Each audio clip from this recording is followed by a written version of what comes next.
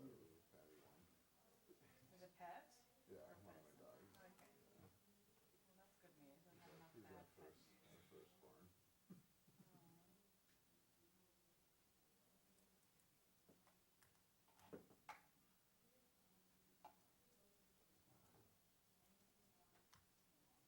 Everyone has that feeling.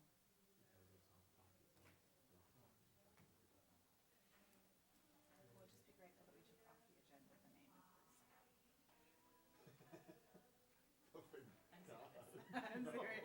Why was it even on there? Pass it down. Because there's another thing to sign, just in case I'm not here till the end, so I'm gonna put it with it. Oh, perfect. So Okay. we can both sign these. I don't. I know. Please, Dustin's like, I oh, can't, come my, give me a I kiss. think I have a headache. Like literally eyes open. Yeah. Not like I want to call this up at lunchtime. Like I'm just running on overnight. They're Did- You did like the mine? bars- Yeah, with like they, little puppy. yeah, I was like, okay, I'll give it till 7. If not, I'll just watch the thing on TV. Did Jabbar's get in touch with you? Laura? No, I haven't spoken. Okay. Today? Well, like about 20 minutes ago, he was in the office and I called up to you that you were there. I didn't realize that you were there. I don't know what it was about.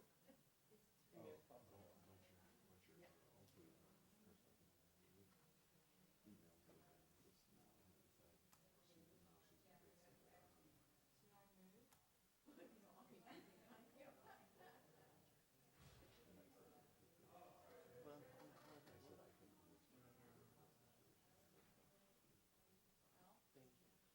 I'd like her to come. I haven't seen it. Because I said, as you know, you're scheduled to be at home right now. You know, I just said, Yeah, you should because we haven't told her new one. Yeah. Yeah. Yeah, because we just. Who is it? Oh. Thank you. Like back 2 years I was Hi, there. Colleen. How are you? How are you? Thanks for that picture. Oh, no problem. I put it in. Yes, I saw that. Everybody loved it. Yep, they just finished playing just now too. How did it go? They lost, they just lost. Bummer. No. The nice day. Well, I'm glad I put it in before. Yeah, yeah. This Dude, was like that's the first time in almost 2 history, months first ago. time in history they've ever made it. Yeah. Right. Yeah. I know you had Oh, a good. Yeah. Really good. No.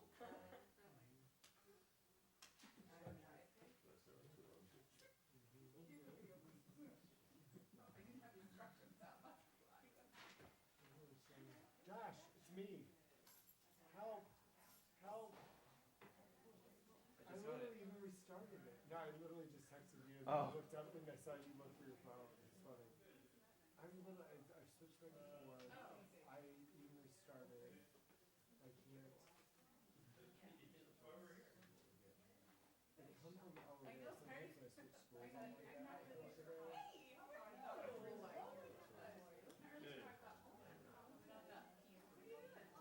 how are you?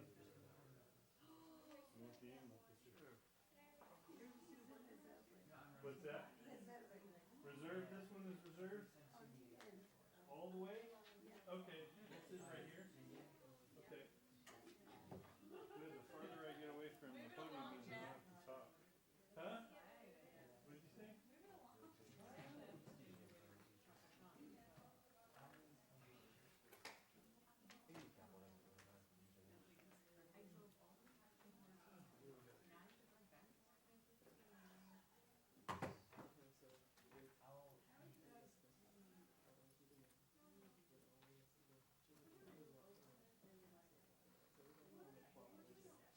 He just needs you to know.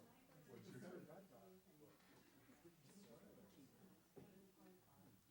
Lettuce. No, that ain't.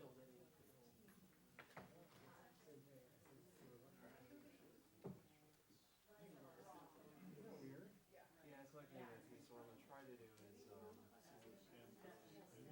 try to That's your question. well, try to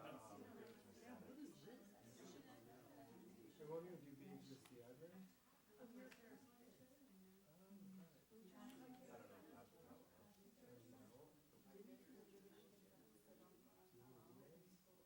know. That's what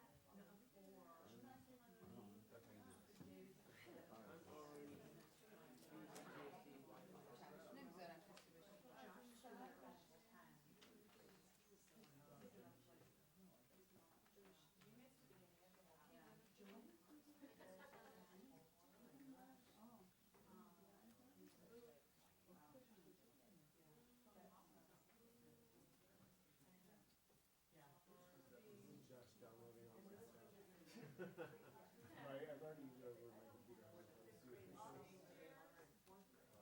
Remember the hackathon? Yeah, that was an interesting experience. Remember that? Yeah, when the city level.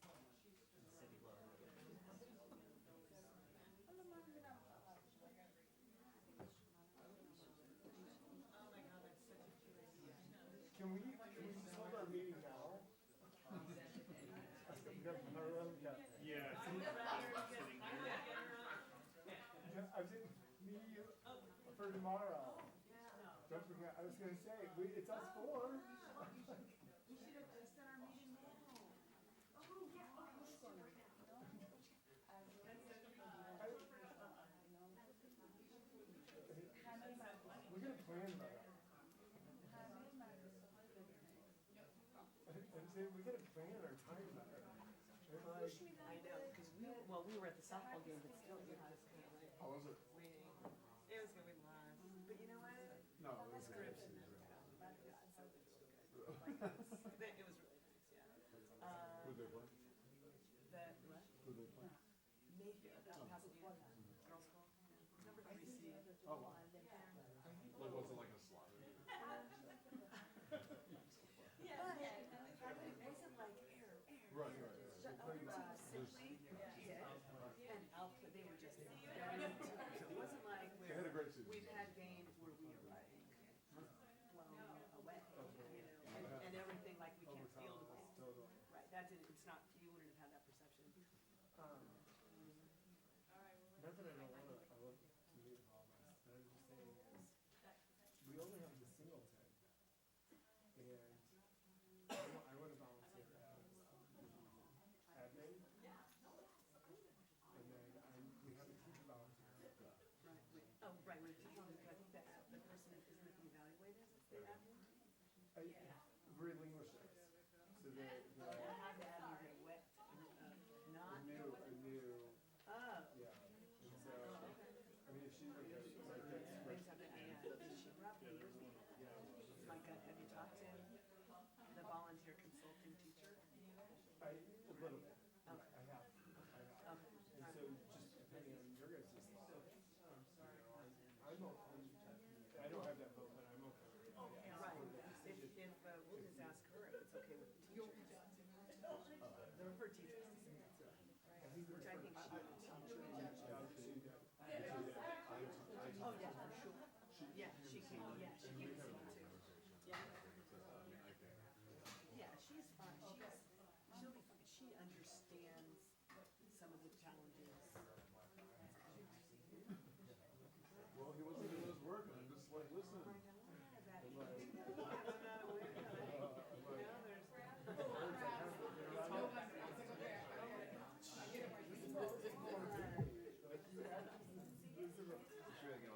Thank you. All right, anyway, but hopefully we'll, like, I'll tell Katie right now, but I see that, because it's just about confirming time safe. That's the biggest thing. Especially, Yeah.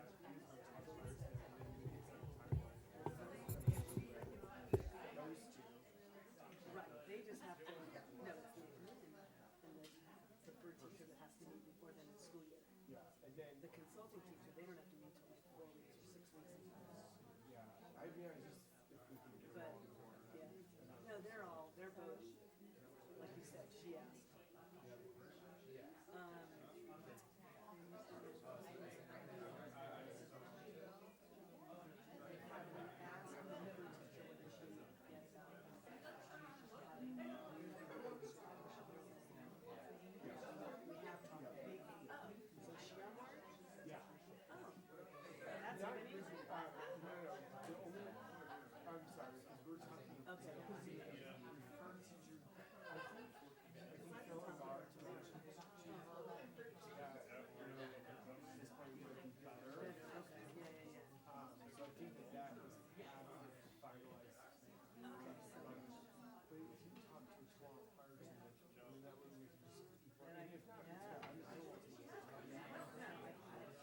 I'm just saying, you know,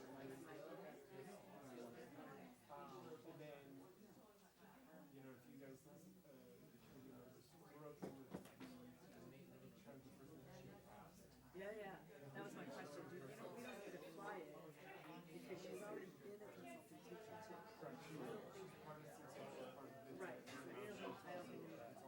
that's an easy one. She's done consulting tour. She's not looking at things. Yeah. So you look at She's good. some of the old ones, like, the way the system was, she tried to do high school. Right, no,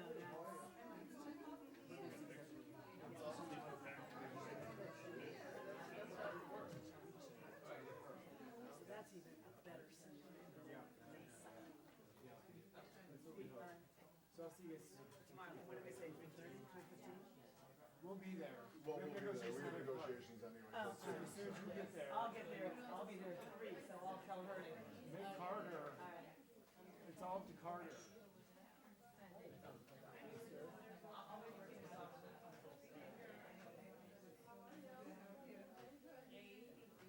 The top one is the resolution. Miss,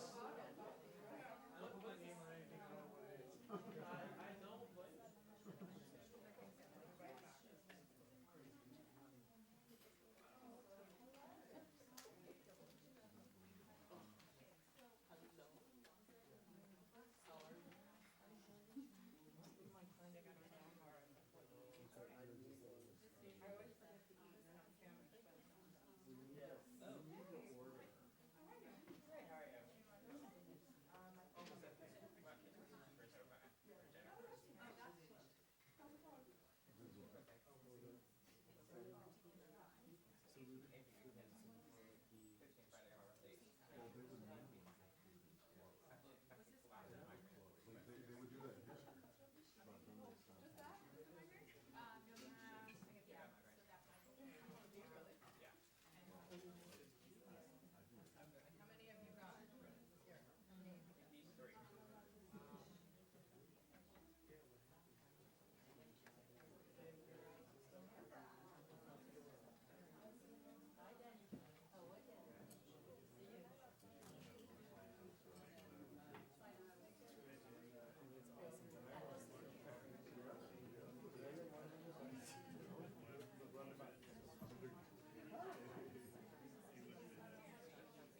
But then they stopped. Yeah, we're only in the season. Yeah, the two of them. So we don't need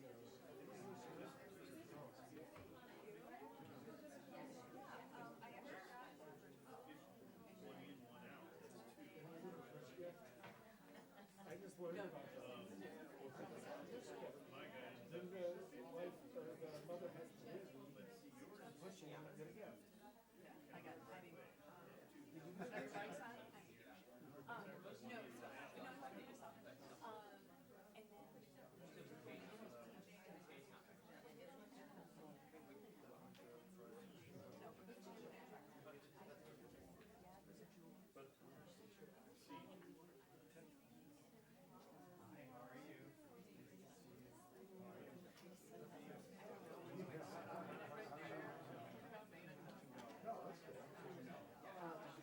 Yes, we can start.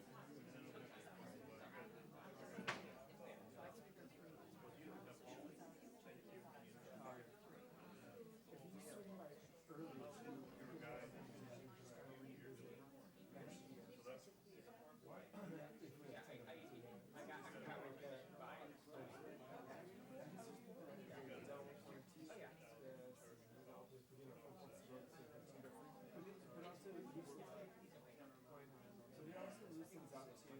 Having that actually, we run 2 segments instead of 3, but if you're 2, if we choose to, versus we'd be locked into 7 sections in a row or something like that. You know, so I get the flexibility on, so part of me wants to be able to like, have that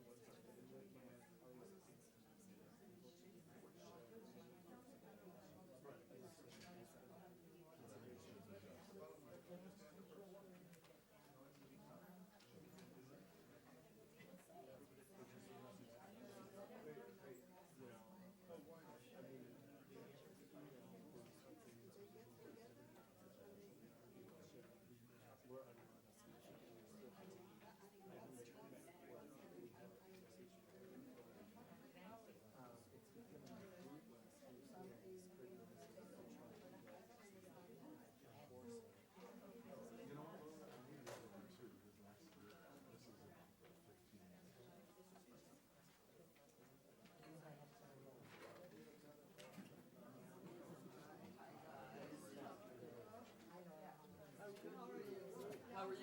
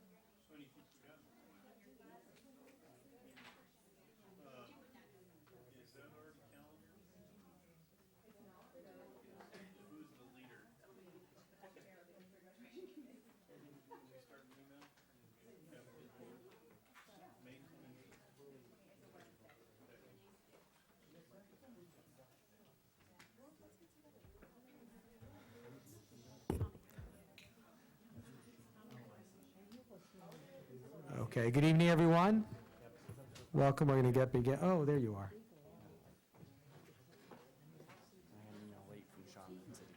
I said it. Okay, call the meeting to order, 5:16. I'd like to call on, is it Thomas Rucapero to lead us in the pledge? Thank you, sir.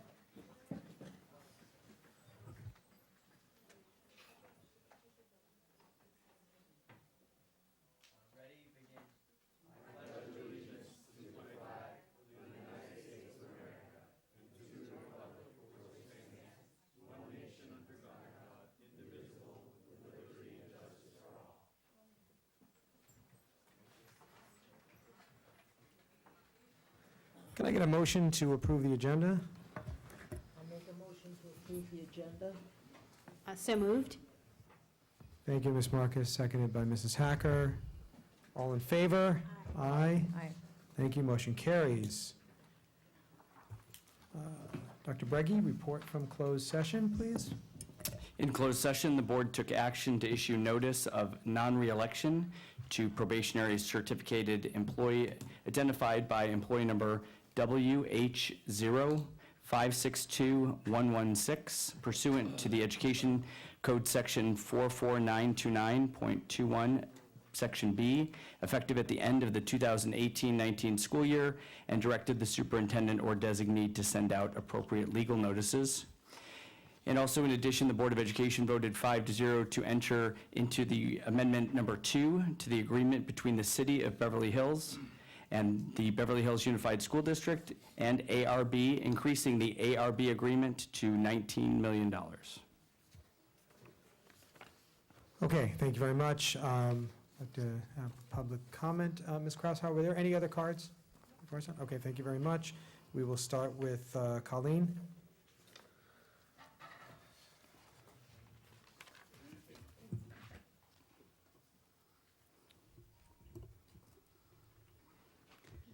All right, good afternoon.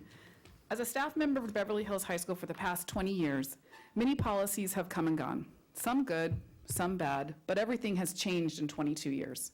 Nothing has remained the same, with the exception of our amazing teaching staff. With all the change, our stellar teaching staff has continued to provide top-notch education inside the classroom each year. Blue Ribbon School Awards, National Distinguished Awards, high test scores, 6-year WASC accreditations approval over and over again, all while providing well-balanced child development, including afternoon recess. We face another fork in the road, where chasing the school competitors seems to drive our every decision, not data, as we still try to convince the public. Our envy of appearances will be our downfall. Our myopic view of those schools around us will lead us on a downward hike to mediocrity, because we are failing right now to follow where strong scientific data is leading us. Afternoon recess is on the chopping block because we fail to have a conversation in the open about the driving cause. We as a district are failing to talk about discipline.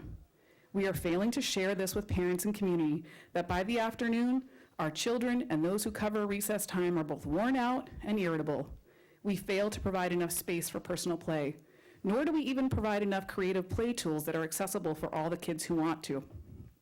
Recess is now on the backs of our teachers. Recess and free mental play is now another job duty for each and every teacher. Teachers every day will now have to provide structure and discipline and some sort of free activity so that the school administration doesn't have to handle or plan for outdoor combined grade play time, which all the science and medical doctors agree is the best cognitive developer for young pre-adolescent children.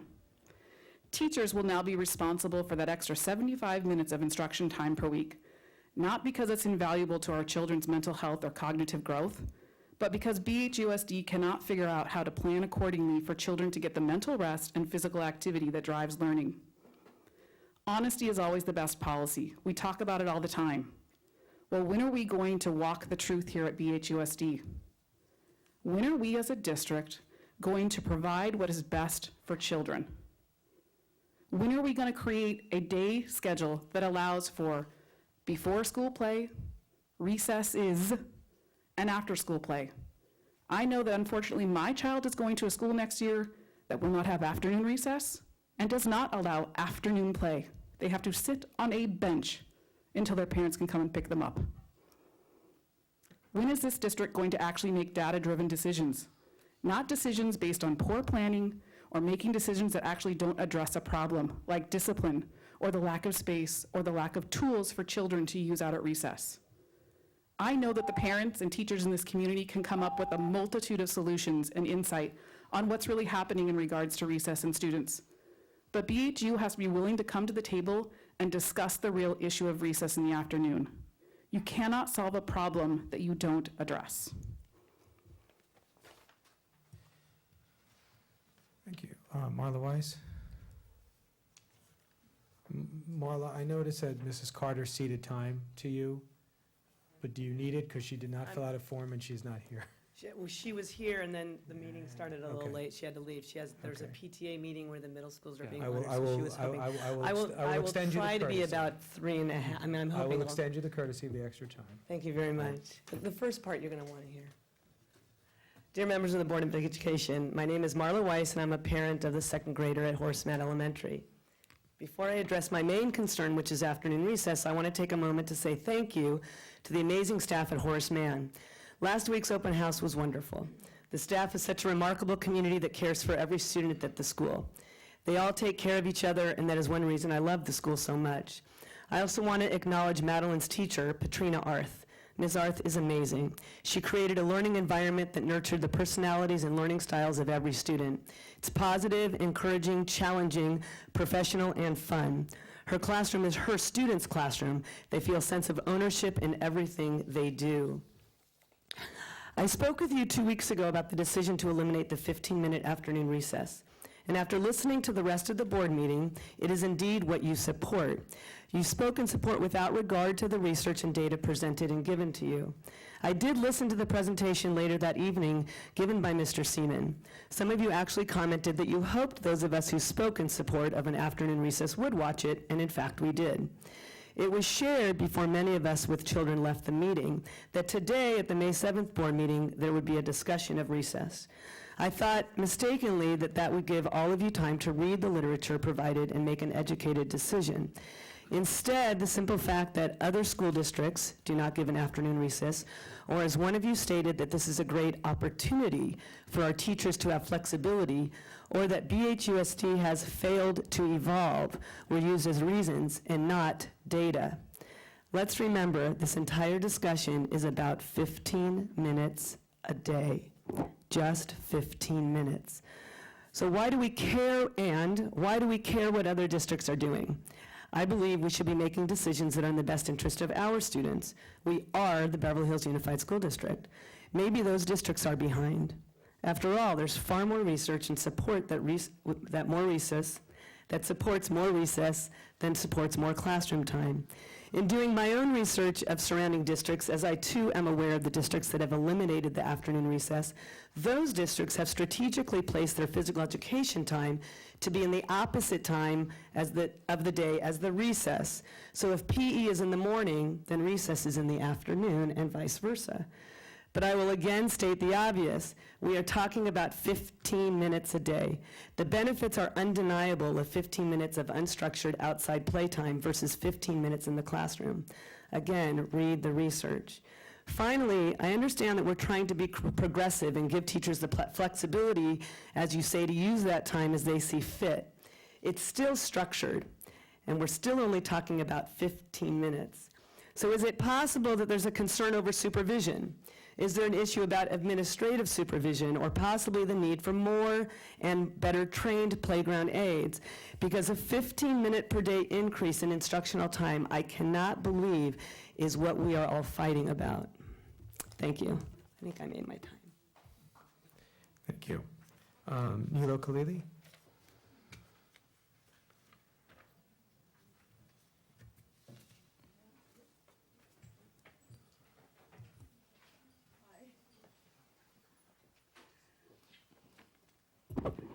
Hi guys, I brought my crew today.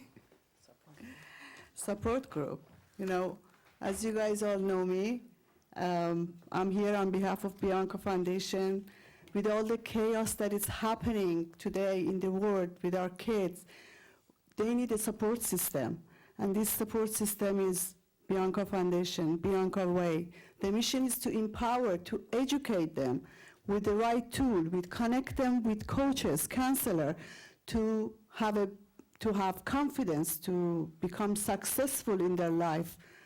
It's with all this bullying, anger problem, with all this, they don't know how to communicate. I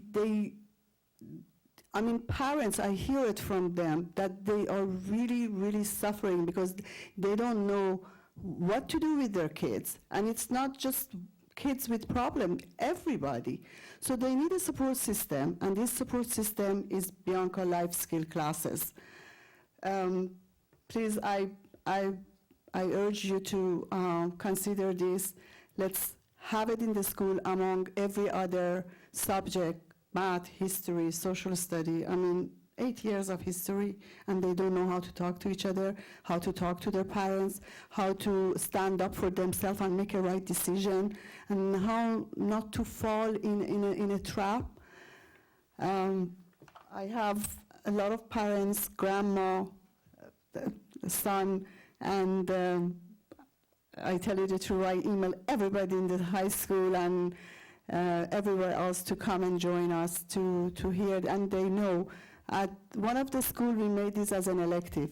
So this is amazing. And we are training also the teacher how to go about the kids and talk to them if they are in problem, if, you know, we don't have to push them down. You know, some teacher can lift the kids up. So that's another issue that we need to consider that. If anyone else wants to talk, please come forward. I know, thank you. As a supporter of Bianca Foundation, I think having these classes among the time that they go to high school, it's extremely important. I wish I had something like that when I was going to high school. You get into a fight, a simple fight can lead into much bigger problems. Talking about drugs, bullying, simple homework, self-confidence. These are the things that we need to plant in their head while they're in school, among the other math and science and other necessary things. I think it's something that's going to create a much better future for our kids, having these classes inside the high school.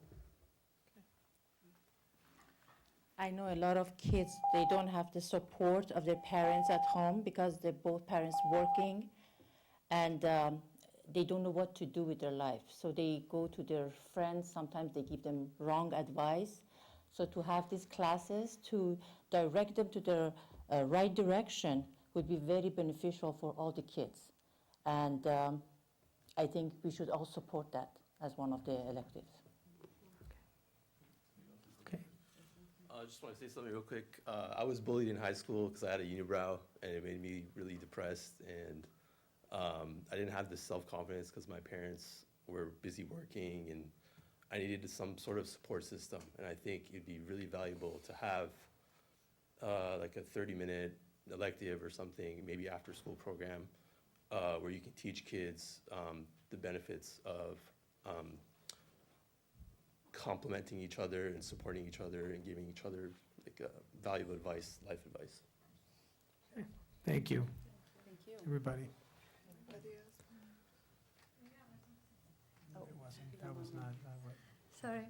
I had one of my daughters in Beverly High, and she used to come home crying every day. She didn't want to come back every morning to school because she was being bullied. And the way we raised her, she was a very nice, kind person. So that type of kids, they cannot take those pressures from a certain student that are I know. When I was asking her this and that, and she said me, yes, that's true. I said, is that true? She said, yes, that's true. It happens.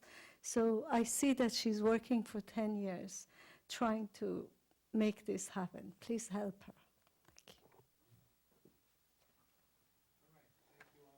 Thank you. Thank you very much for coming and presenting again. Neela, good to see you again. Thank you so much. Good to see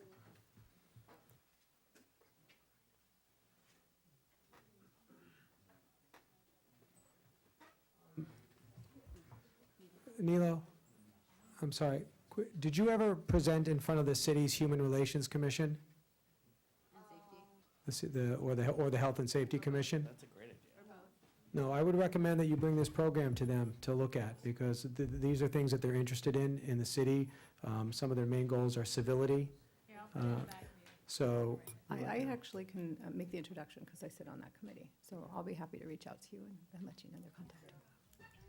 Okay. Right. That'll give you some more exposure to the city in general. You're welcome.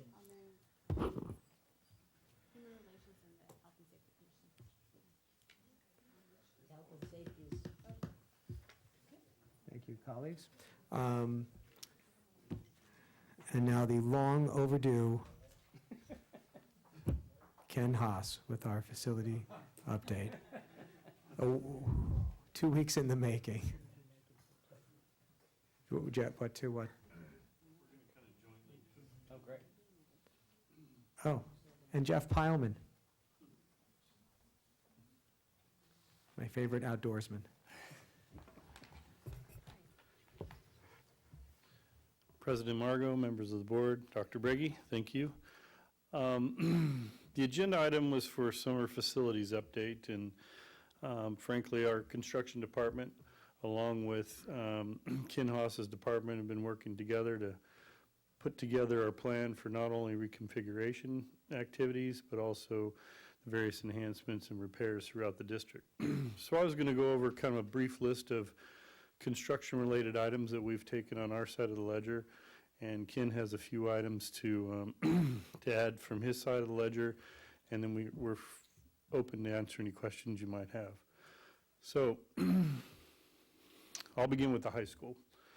Some of these projects that I'm going to mention are on the agenda for approval later this evening, but we have the interim housing and moving project for the B3 and B4 staff members to vacate that project, that facility, and begin the demolition and abatement as a part of the modernization for B3, B4. So we've been meeting with various staff and the program managers for this summer at the high school to coordinate both these activities as well as some of Ken's, leading into the modernization efforts for B3, B4 after the move. B1, B2, you'll notice that the south bridge is going to be coming down right after school is over, as well as some re-roofing of B1, B2. So that, we don't think that's going to cause any issues with summer school, but it will be some significant activity around campus. Tonight, in front of the board, we have our Beverly Hills High School security camera project, which will also commence on June 3rd. That involves 115 cameras around the campus, as well as the ongoing oil well project and the B1, B2 project itself. Beverly Vista, jointly with M&O Facilities and the construction department, we're doing a security camera project, increasing the Wi-Fi capacity by double, putting new control systems on the PA, the bell, and the clock system for that campus. New voice over IP or digital phone system instead of the existing analog systems. Each classroom will be outfitted with a 75-inch ViewSonic smart TV and soundbar for their new classroom technology. A new dance room and other various upgrades throughout the campus. Horace Mann, we'll be doing the re-roof project alongside with the move and coordinating with the city programs that are being held there simultaneously this summer. El Rodeo, we have a disconnect and miscellaneous demo project that starts June 3rd to prepare the modulars to be removed from the project, from the campus during the month of June and July, and the mobilization of the contractor for the upcoming modernization for that campus. At Hawthorne, we have a security camera project planned. That should be at the next board meeting. Wi-Fi system upgrade, new bell PA clock system control, also new digital phone system, as well as the 75-inch ViewSonic interactive monitors for each classroom throughout that campus. Reconfiguration and moving, just to touch base on that. All departments, and I think Dr. Brege can speak to this, have been involved in some intense coordination efforts over the last 4 months. If you've been to our office, you can see our storyboards and maps that line our walls like wallpaper that we've lived with now. But essentially, we have 412 individual moves. We have 6,000 boxes that were deployed over the weekend to teachers and staff. Trash bins have been placed at each one of the campuses for some spring cleaning and thin down. Individual trash cans, extra trash cans have been given to each of the staff involved in the move, and they'll be emptied nightly by the janitor staff to help with the packing and thin down operation. Move meetings have just been held over the last 2 days at each campus for all staff wish to attend to talk in more detail about the packing and moving process. Beginning on 6/3, moving pods are going to be delivered to each site, approximately 30. The movers will move the furniture, fixtures, and equipment into these moving pods. Then the pod company will relocate those pods to the individual campuses, depending on which one they go. It's a pretty well orchestrated dance, if you will. Deep cleaning is going to be going on in conjunction with the moving activities, and the teachers return on August 5th to their new classrooms. Ken? Hello, Board. Thank you for having me. My name is Ken Haas. I'm your new Executive Director of Construction Facilities. After a couple of decades as a general contractor and over 15 years as a Director of Operations and Maintenance for another school district in Ventura County, I'm very proud that you've accepted me as your leader for our new M&O department. I'm going to go over a few of the projects and improvements that we'll be working on this summer in conjunction with facilities. One of our main projects is working on our fire life safety systems. We'll be conducting repairs to all our fire alarm systems at Beverly Hills High School, Hawthorne, and Beverly Vista. Our fire alarm devices are also going to be reworked, such as sprinklers in the swim gym, things that are wear items that need replacing.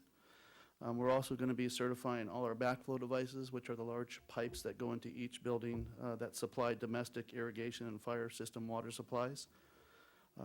M&O will be supporting the facilities reconfiguration by performing dozens of repairs and improvements at all the sites. We'll be completing a rekeying process at all our district sites, along with replacing 2 lighting control systems at Beverly Vista. We'll be conducting interior and exterior lighting repairs at all sites as well, doing major roof repairs at the Hawthorne site. As Jeff had mentioned, we'll be also deep cleaning as the moves are completed so that the rooms are fresh and ready for teaching at the beginning of the new school year. I'm also in the process of preparing a deferred maintenance life cycle and repair costs for all major systems district-wide that we completed by the end of the summer. We're doing a swim gym improvement assessment. We're also doing a complete retraining of all our M&O staff, including certifications for our custodians. And I'm developing, in conjunction with our insurance company, a departmental safety program. So those are our goals for the summer. Thank you. Colleagues, do you have any questions for either Jeff or Ken? Sure. Thank you, Mr. Spitz.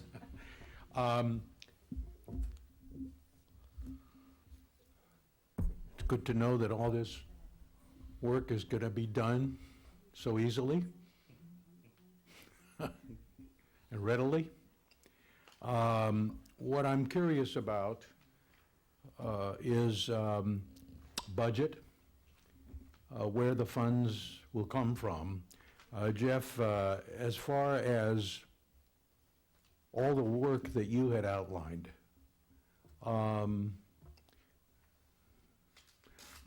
that's, well, most of it is, a good part of it, most of it maybe is related to reconfiguration. But some of it isn't. Some of it is related to security, heightened security, right? So do you have a clear understanding of which items are going to be funded from which accounts? Yes. Please. So, starting with the high school is not a part of the reconfiguration efforts. The high school is funded from Measure E, and also rolls into BH with the B3, B4 project. The enhancements at Beverly Vista and Hawthorne specifically are related to the reconfiguration enhancements that we've discussed in the past. And those have been budgeted through the developer funds set aside for that effort. Right. So that's a pretty clear delineation if you look campus by campus through the list I went through. The Horseman re-roof that was approved at, I think, the board meeting last time, that is a Measure E project that was previously planned. Right.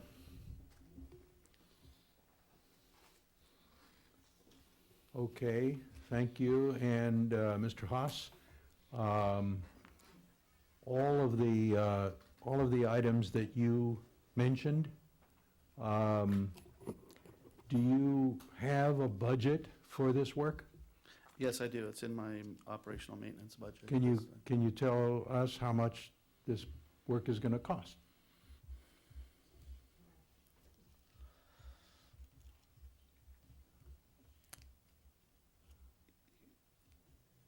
We're probably talking in the neighborhood of about $150,000 for this summer for the various projects and certifications, including. 150 for this, for the things you mentioned? Yes. Okay.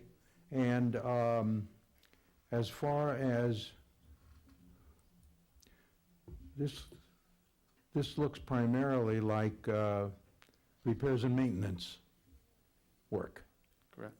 So this 150,000, I assume, will come out of our general fund, our general reserve. These are funds that are already encumbered from the general fund in my department, various departmental budgets. Okay, okay. All right, so that when we have our budget study session later this month, this is an item that will be in there, I assume. Yeah, it should be. Yes. Okay, thank you. I don't have any questions. I don't, my only question is actually a comment. The list of items that have to be completed, I am overwhelmed by it. I hope it can be done by the first day of school and before the teachers can take their classrooms. It seems overwhelming. I hope that it isn't something that isn't attainable. We plan to succeed from the very beginning. There's a lot of lists. Actually, we actually counted it up. There was about 575 asks. We had to go through those lists of asks very carefully, one from a budget, two from a standpoint, three from a practicality. So the items that were that made it through that sifting process is what I've read to you. It will not be easy. Is it attainable? Yes. Will it be uncomfortable? Yes. You're on our call list for help. Didn't know if you were going to be in town this summer. But one thing I just failed to mention is in order to help manage this work, we've created what we call a campus captain position out of existing staff. Each staff will have a campus captain or a campus project manager. So any activity that goes on at that campus will run through that full-time staff member who's at that campus. Good luck. Yeah, sure.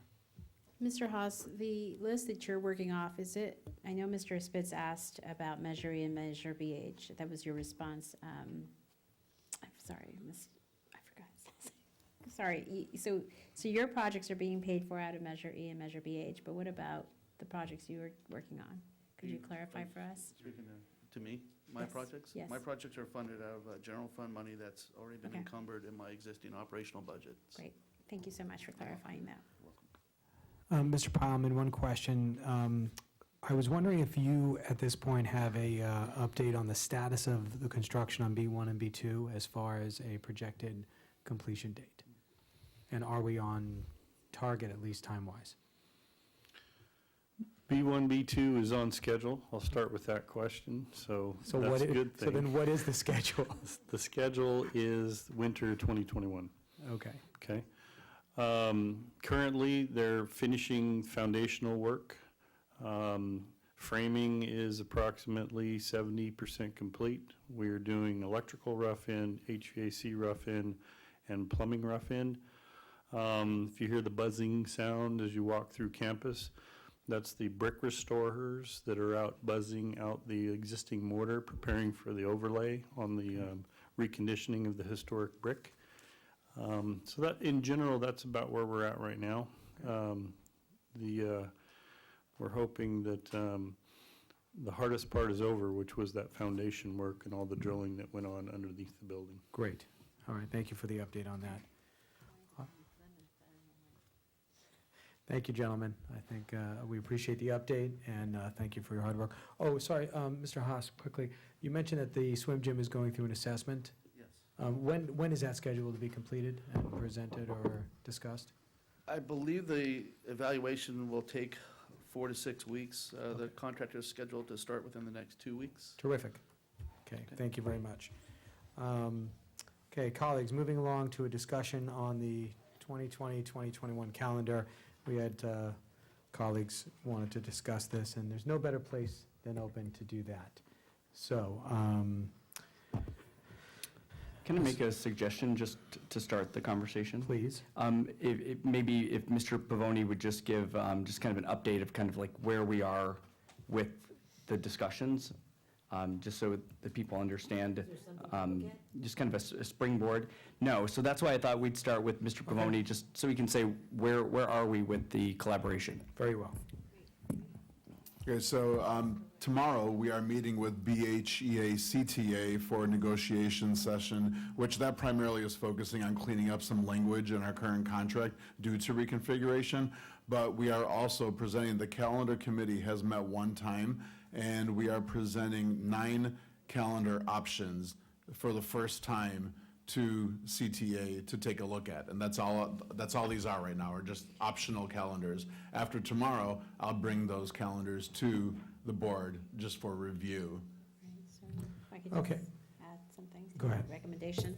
So when you convene with the committee, I think if the board agrees, I think we would like to have a parent representative be part of that, to be part of the membership of that committee, so that we have representation from parents in the community as to what's feasible, what works sometimes, because sometimes their needs or concerns are overlooked, or, we'd like to have a way for them to. I think a parent and advisory role would be a great addition to the calendar committee. Is the board in agreement with that? How will you select that parent? I would, well, may I answer that, Mr. Spitz, since it's ours? I would make a recommendation to the board that it be maybe someone from PTA Council, maybe the 2 presidents. I think that's a good suggestion. Okay, I think one of the reasons that this was brought up today was to try to get some sort of feeling on the board of where we fall with the start date of the calendar as this moves along, so we're not caught off guard later on. We don't know what's going to be presented to us, but I think what we wanted to find out, and it's better to have this is an open discussion, is at least to go forward, do we feel that the current start date of early to mid-August is too early? Are we interested in moving the start date? Are we interested in leaving it alone? So I just wanted to hear from my colleagues to kick this around for a minute. So, Well, I don't have a specific suggestion, but it seems to me that we ought to take into consideration families and family schedules for the summer. It's always disturbed me that that we start really in the middle of the summer and not giving families the full opportunity to enjoy summers. okay. I have some fairly strong feelings on this subject. It's something that I've been concerned about for years, that I've asked questions about for years, and the answers that I've been given over the years by a lot of different people, I think in the end turn out not to be entirely accurate, and certainly not as fatal as they were presented to be. There are both public and private schools throughout Los Angeles that start far later than we do, that still manage to take their AP testing. Most of them have higher achievement than we do in our AP testing. So I would love to see some serious consideration given to later start dates. And I know that's just the start of the conversation, but in addition to that, I think we should be talking about having a longer Thanksgiving break. I think we should be talking about how we're using the professional development days when they fall, and how to optimize that. One of the districts that I am frequently in touch with, because I have a friend who's on the board, puts one of their professional development days on November 1st, because students generally have a hard time the day after Halloween coming in and participating, so they make that day professional development. So I would love to see that we spend more time optimizing how we use our professional development days, what vacation days that we take. I would love, really ideally, to get to a whole week for Thanksgiving, if that's possible. I think 2 days is insufficient, especially for families who travel out of town. We observe 2 President's Days, which I never really understood why. I think I understand it now, although it's not a complete answer. I think it's only for one part of the one union contract, not all of them. The other districts that I've looked into observe it if they take 2 days, it's a Friday before and then the Monday of President's Day, so they have a 4-day weekend instead of having 2 Mondays in a row, which is a lot of times harder for working families to take 2 Mondays off. And I'm hoping also, I know this isn't really about bell schedule, but now that we're changing from trimester to semester system, I'm hoping that we'll also see a revision in terms of the days of early dismissal, because that also is incredibly disruptive, something that we've seen a lot of over the years, repeated days of early dismissal rather than one day that all of the conferences can take place, so it's less disruptive for the students. So I think there's a lot of work to be done. I'm incredibly optimistic. I think there's a lot of different options to look at. I've been looking at both public and private school schedules for the 18-19 school year and trying to look at how that actually compares to what we're doing and where we have flexibility and what works. And based on all of that information that I've been looking at, it seems like we have a lot of changes that we can make. So I'm really optimistic about what our outcome's going to be. I can tell you as a parent with several children in the district and having been here in the district for 9 years, 10 years now, and having been a student here, we did not always start in the middle of August. We traditionally started far later, and that was much better for families, and I'd really like to see a return to that. I think a late August start would be a phenomenal thing for our community. Thanks. Mrs. Marcus, do you have any thoughts on this, or? When I first came to Beverly Hills, we started school the day after Labor Day. That goes back a long way. And over the years, in the last, I guess, maybe 10 years, I'm not sure exactly, the calendar changed and we moved back into August. First by a few days, then a few more days, and eventually we are now starting in the middle of August or thereabouts. My comment is you're never going to please everybody all of the time. And I think bottom line is what's going to be best for the students and what's going to help them the most. And I just feel that you're bringing in some options that we can investigate and look at. I think makes me feel very comfortable. I also think that we do need to get the input of the teachers, even though that may not be something that is maybe in the contract, I don't know, but I think we should keep them in mind for various reasons. So I'd like to see those programs, those schedules when we come in, and I can look at them and study them and get some feedback from people so that I can make it a good decision. So that's my opinion. Thank you, Mrs. Marcus. Mrs. Hacker? I agree with everything that's been said. I'll just be very short, yes. Thank you. Yeah, I wanted to get the conversation going, Mr. Bravone. That was before we knew this information was coming to us. I probably would have delayed this conversation until after this information came in front of the board, but it's here now. I mean, the conversation is, so it's also a chance, it's an opportunity for the public to be aware of the fact that the board is seriously considering the issues plaguing our calendar and that we want to address those as soon as possible. So did you have anything on that? Okay. Okay, thank you. Yeah, there are parts that everybody said that I would agree with wholeheartedly. There are definitely issues in our current calendar that need to be addressed. So that being said, we will circle back to that as soon as that information comes to us. Moving on to discussion, middle school drop-off and pickup. So as we're finalizing plans for the reconfiguration and the traffic mitigation, something that has been discussed with the committees involved is and the city is the idea of staggering drop-off times.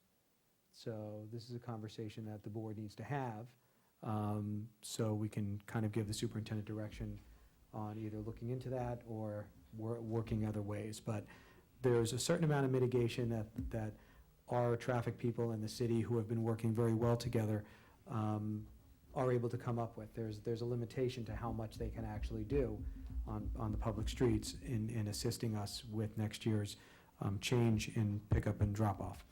So one of the things that had been spoken about and that people get excited about is the idea of potentially staggering our drop-off times at either the elementaries, definitely the middle school. So I wanted to put that out to my colleagues today so we can give staff direction if needed to look into absolutely moving forward with that or not. Mr. Spitz?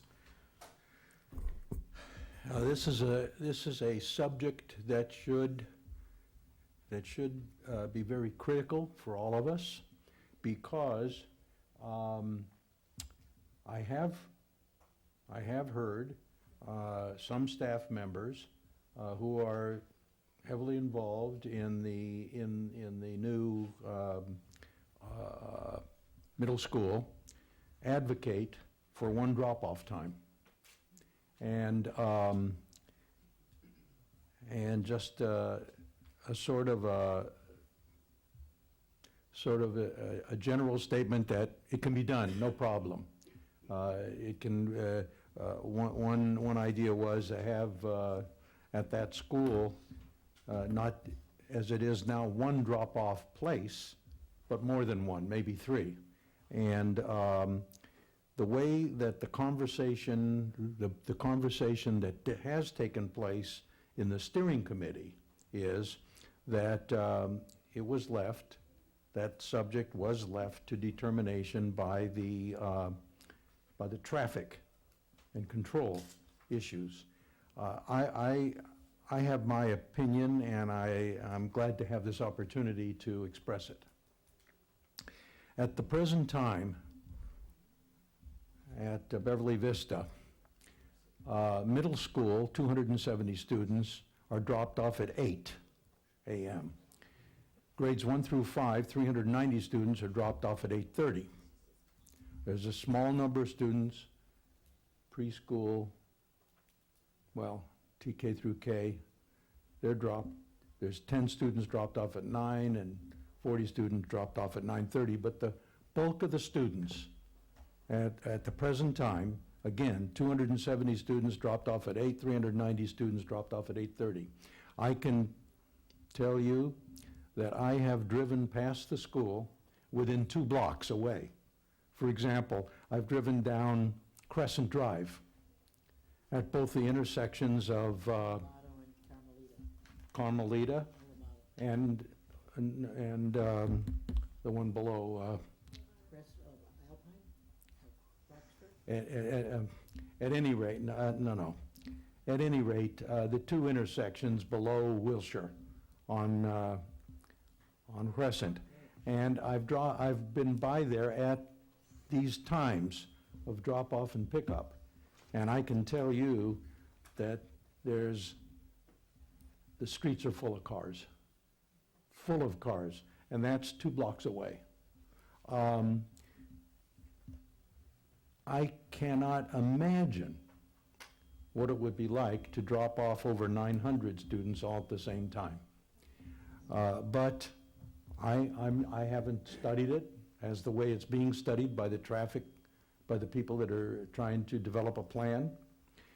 But I can tell you this, that if we undertook to drop all those 900 students off at the same time, and it resulted in an impossible tie-up, just an impossible tie-up where cars couldn't move, and it slowed the process down enormously, and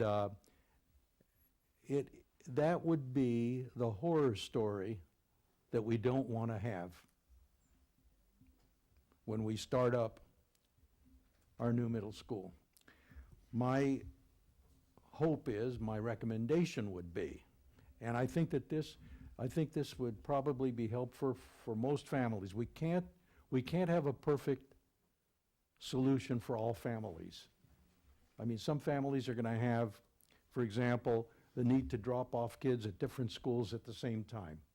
That's something they have to work out. We just can't have the perfect solution for every family. But my hope would be that 8th graders could be dropped off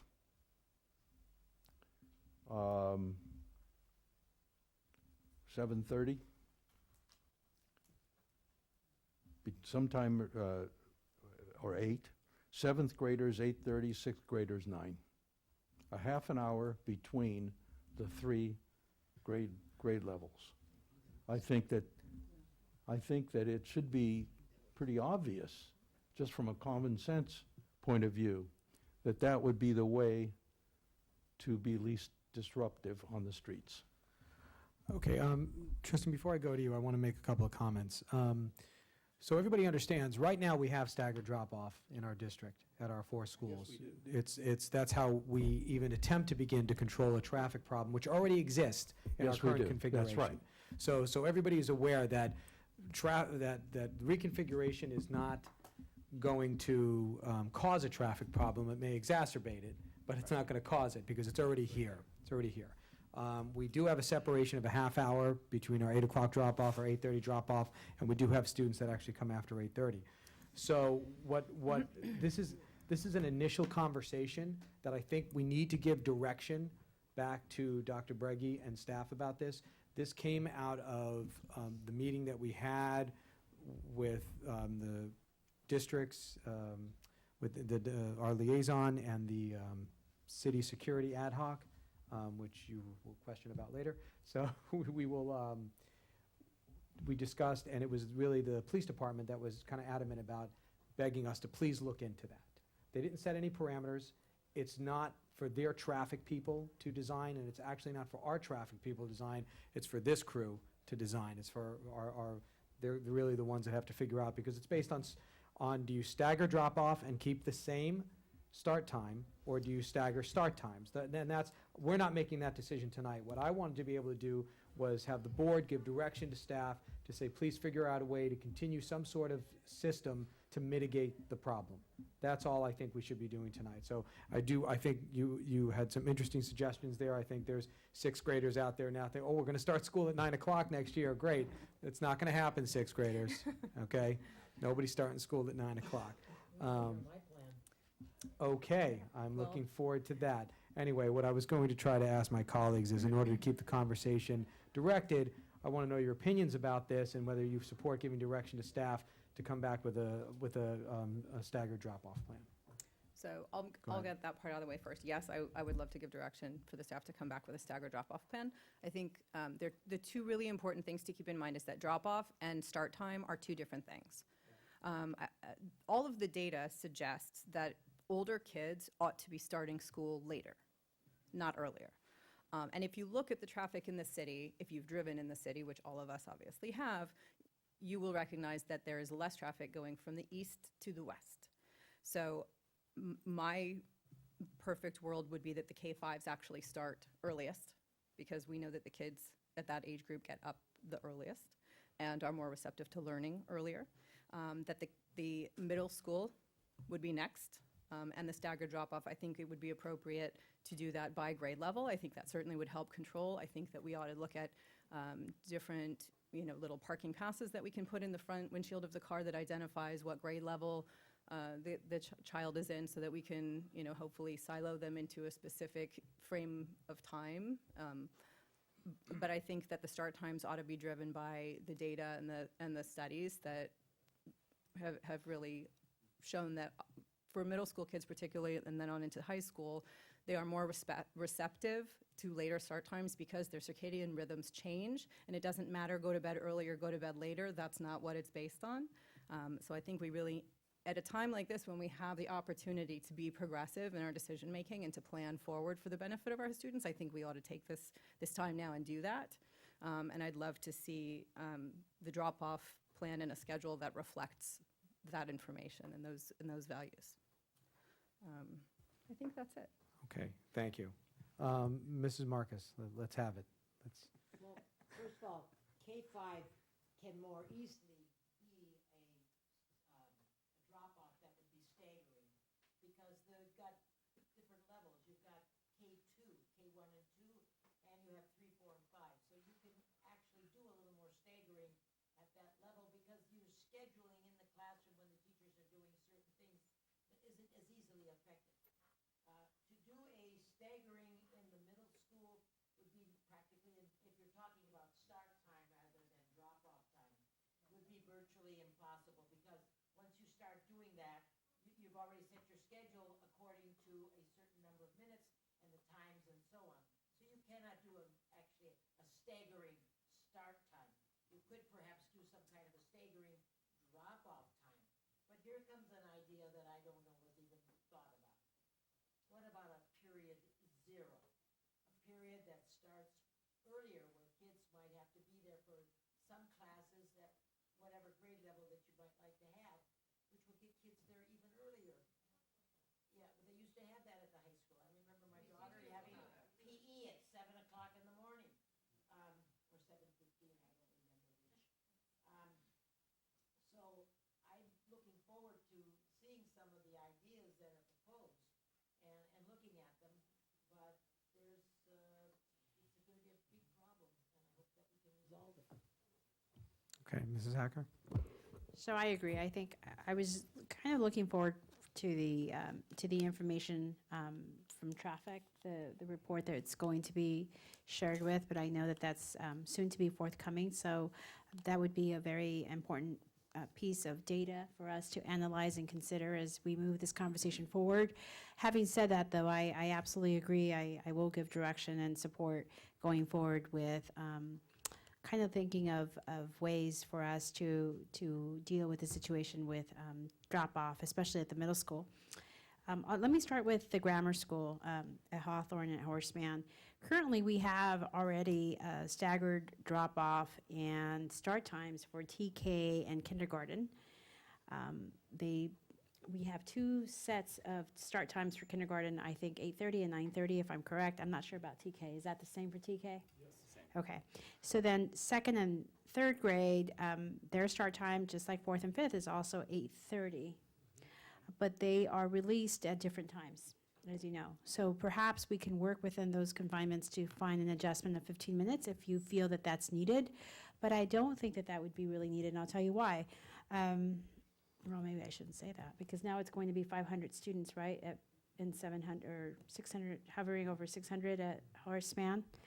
Right, so we won't have the middle school students there who right now start at 8 o'clock, which is already a different staggered time altogether. So maybe we should consider a staggered time within about 15 minutes if you can as an adjustment, so that you can manipulate the drop-off a little better to your preference. As it relates to the middle school, I like the idea of the zero period, but I think, how do you enforce staggered drop-off times if you don't have a staggered start time? I guess that would be a question that I'd want to find out as a board member, because we can say we're going to have staggered times. How are you going to enforce that? That would be my first question. The reason why staggered times work is if you have staggered start times, but if you can show me otherwise, that would just be something that I don't think people really need to pay attention to, because they can say, well, you told me drop off at 7:30, but I'm going to drop off at 7:45. How do you control that? You just can't. And the whole purpose of this conversation is to try to control and have. Yeah, right? And I think that we could probably all speak to this with our different experiences, but I have found that most parents want to follow the directions and just want to know what we're asking them to do. And what I have found in my school communities is you have to teach parents and people dropping off the correct times. And there's a lot of different systems that identify our 6th grade drivers or our 7th grade parent drivers, 8th grade, or if they're multiple students. There's even ideas of having, when you're doing a carpool, that you have a different drop-off because you have a carpool, and they're identified differently. So, but there are ways where you just have to teach what you expect, and most people want to do the right thing, and they just need to know what that is, and that could be through video and through announcements. But we have found there are color systems, there's number systems, there's, and is it perfect? No, because there's always going to be a parent that's running late or an unusual circumstance. But for the most part, people do follow through with what we've asked, because we know that it will be better for everyone if everybody follows the directions. And one consideration, I'm not sure if it would work, because I wouldn't, you'd have to play with it, but what about starting homeroom, having a homeroom for, let's say, 6th grade, so that they are, and then just free time or 15 minutes of free time for the others where they're getting dropped off. So there's an incentive for that 6th grade class or your 7th graders to come in 15 minutes earlier and be dropped off and just work within, maybe recess is extended. Because I would also assume, and this is another part, the lunch period, is that going to be staggered or not? Or are you going to have different, that would be a little easier, I think, to play with, but I'm not sure. Yeah, it's really not. Sure. But we have some ideas that we do want to run by you. And I do think that, having the drop-off times being staggered, we want a school environment that is welcoming to students. And in fact, oftentimes it's almost prison-like with bells here and line up here. And with the middle school, we would like to create a culture where, if students are arriving a little bit early, that we have services that are available to them, like in our library. And we want students to feel like they are able to maybe meet with the teacher, or that there's an activity or a club that might meet before school. We're exploring all of those types of ideas and incentives. Even Mrs. Marcus brought up with the 0 hour. That's just another great idea. What are ways that we can come up with to get students to come at a different time? Okay, thank you, colleagues. So from what I'm hearing, and I would just like to add one last thing, I agree with what Mrs. Walker-Schuman said, because we always assume that we should be taking our younger kids to school later and our older kids to school earlier. And I can tell you, after on number 3 for myself, the older they get, the more they want to sleep in. I don't think anybody can refute you. If you want hard data, that's your hard data. So and wait till they get to college, then they complain when they have a 2 o'clock in the afternoon class. So I think that we really could turn this upside down and really follow what a lot of people kind of take as just the assumption and say, wait a minute, why are we doing it this way? Why don't we drop? Because when my child was young, K through 5, they liked going to school. They looked forward to it. They couldn't wait to get up in the morning. They were up early with the roosters. Let's go. I'm dressed. I'm ready. Let's go. My teenager, you got to drag out of bed. So why are we fighting that? Why, we talk about let's do what's best for kids. Let's do what's best for kids. So we're not robbing them their education. We're just switching it. We'll say, let's get the younger kids to school earlier and the tweens to school a little later. And eventually we'll see what happens at the high school. But I think that should be part of the conversation. But it seems like you do have direction to definitely look at staggering and drop-off times and come back, and there seems to be support up here from all of us to help alleviate. It's really alleviating a problem that we already have. And we already have staggered drop-off times, and we already have staggered start times. So around the district, and we talk about people, well, what if I have a child here and here in 2 different sites? We already have that. It already happens. So in fact, right now, the middle school and the high school both start at the same time. So that must be a challenge for parents when they get to that point, and anybody with 2 children that are not the same age are going to get to that point, where they're going to have a child in middle school and high school, or elementary school and middle school. So like Mr. Spitz said, we can't accommodate everybody, but we can look at the general trends and try to work it so we work in favor of what's best for the students and the community. Okay? All right, thank you for having the discussion, colleagues. We're going to move on to consent. I have 2 items here that have been requested to be pulled, so I will make the... Before you start consent, can I just make a comment? Yes, you may. I would just like to comment that I really appreciate the staff and the answers. Before, when I get the agenda, I submit my questions so that they can be answered in advance. And I really want to tell you how much I appreciate getting the answers so that it makes it much easier for me to understand all of the reasons for it and so on. So thank you for your answers. I really appreciate it. Thank you for acknowledging that. Okay, so I'll make a motion to approve the consent calendar minus items C and G. I approve the consent calendar minus C. I made the motion. I just need a second, Mrs. Marcus. I'll second it. Thank you very much. I don't want to overmove something. All in favor? Aye. Opposed? Thank you. Consent calendar carries. Mr. Spitz, you had requested item C, so I'll make a motion for the approval of the Apex Learning Digital Curriculum quote for 2019-20 school year. I'll second. Thank you very much, Mrs. Walker-Schuman. And In, Mr. Spitz, discussion. Yeah, in reading the material on this Apex Learning digital curriculum, I see that parental consent is required. So my question is, what is the alternative if parental consent is not obtained? So, Mr. Spitz, the Apex Learning is only going to be utilized currently going into fall of 2019 in the Independent Learning Center. That's the combination of the Independent Study Program and Moreno High School. And in the enrollment process, that's part of the conversation that we currently have because they're already utilizing a pretty antiquated system called School Pathways that doesn't offer the UC courses or the AP courses. And so what we're trying to do is upgrade both of those programs. During the enrollment process, it's partially recommended for them to go to the program, but it's also a part elected to be part of that program. So we're not forcing, some of them we encourage to participate in the program, but they have the right to return back to their original high school, BHUSD, if they choose to do so. So if they choose not to participate in either Moreno or independent study, they would come back to BHUSD. So if they chose not to and they did not want to participate in this curriculum. And we're set up for that. Yes. Thank you. Colleagues, any other questions on that item? Okay, all in favor? Aye. Opposed? Thank you. Motion carries. Item G. A motion to approve the out-of-country trip for the BHHS Theater Program, the Summer 2020 Scotland Fringe Festival. I'll second that. I will second that. Thank you. Mr. Spitz, you had a comment on this? Yeah.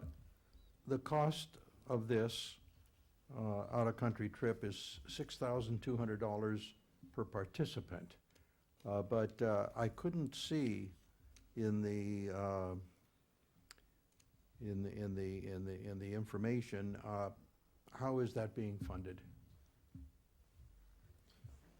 I can guess that it's actually the students are self-funding. Correct. It didn't say that. Right. Okay. Yeah, it is self-funded, and there are some fundraising opportunities, and there are also some private donors that are supporting some of the students that might not be able to afford the actual travel itself. That's all I wanted to know. Perfect. Mr. Spitz, it did say there was no sub, and I figured out that was no subsidies, meaning that would not be funded by anybody on the, by ourselves. Okay, all in favor? Aye. Opposed? Okay, motion carries. Moving on to reports. Dr. Berge? Yes, so I just want to start off with a quick thank you to the cabinet and our principals, assistant principals, leadership team, and especially the board for attending so many of the events that are happening in our school district. It seems like there is something every night. Sometimes there's even conflicting things that are happening. I can't tell you the last time in the last 8 or 9 years that I've gone to an orchestra concert and 4 out of 5 board members are present. So you're highly visible, and I really appreciate that. I think that shows a lot from our board and from our cabinet to be attending and appreciating so much of the great things that are happening. And as for our teachers, as we head into the peak of reconfiguration, packing, moving, and the end of the school year, every single teacher in our school district is impacted.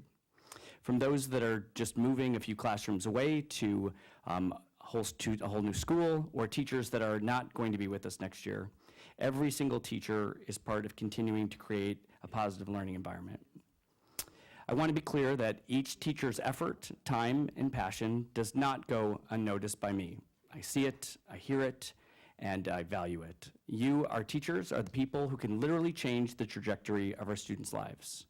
We all remember our favorite teacher at our schools, and that responsibility that you carry is not one to be taken lightly. You make our students feel safe, valued, and often feel loved. And I thank you for your patience, for your enthusiasm, especially at this time. I once too was in the classroom myself, and I understand juggling all the balls in the air this year, and this one we threw a big one at you. Thanks for catching it whilst keeping the other ones in the air. From the little things to the big ones, they all have value, they all matter, and it's not always roses and butterflies with this much change, but you never let your students down this year, and for that, this week, every week, I thank each and every one of you. A much deserved Happy Teacher Appreciation Week to our teachers. Thank you, Dr. Berge. Mr. Tooby is not here this evening, so we don't have a student report, but he does send his regards. Moving on to Human Resources. We have a resolution. I move approval of Resolution 2018-2019-021, implementing certificated layoff and terminating services of certificated employees as a result of reduction or discontinuation of particular kinds of services. I'll second that. Thank you very much. Any discussion? Okay. All in favor? Aye. Opposed? Motion carries. Thank you very much. Moving on to Planning and Facilities. Make a motion to approve item 12A, award of the bid number 300-1819, moving services at Hawthorne, Horace Mann, El Rodeo, and Beverly Vista Schools project. Second. Okay, thank you very much, Mrs. Marcus and Mr. Spitz. I wanted to ask Mr. Pileman. There's nothing attached here. So I got. So in the past, whenever there's bids and there's been a link to an attachment so that the public can see. And so I wasn't, first of all, thank you for whoever responded to my question, because I'd asked about facilities and they explained that the attachments are too large to post. And so I do understand that. But I went back and looked, and it seems like we've had it practice in this district in the past of always having a link to either the contract or the bid so that we can actually approve it in public. So I know that I got separate links, but I don't think those were made public or posted to the agenda.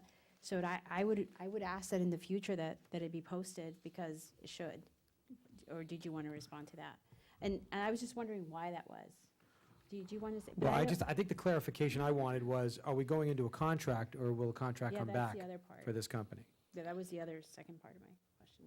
So we're requesting to go into a contract. So we're not voting on the contract? To use we're voting on the award, I believe. I'd like to read it clearly. It was, the links that were provided in the Q&A session were to the RFP document, which the contract template is included in those documents. Actually, all those documents are currently on the district website, in departments, facilities, bidding opportunities for each one of these projects are publicly posted.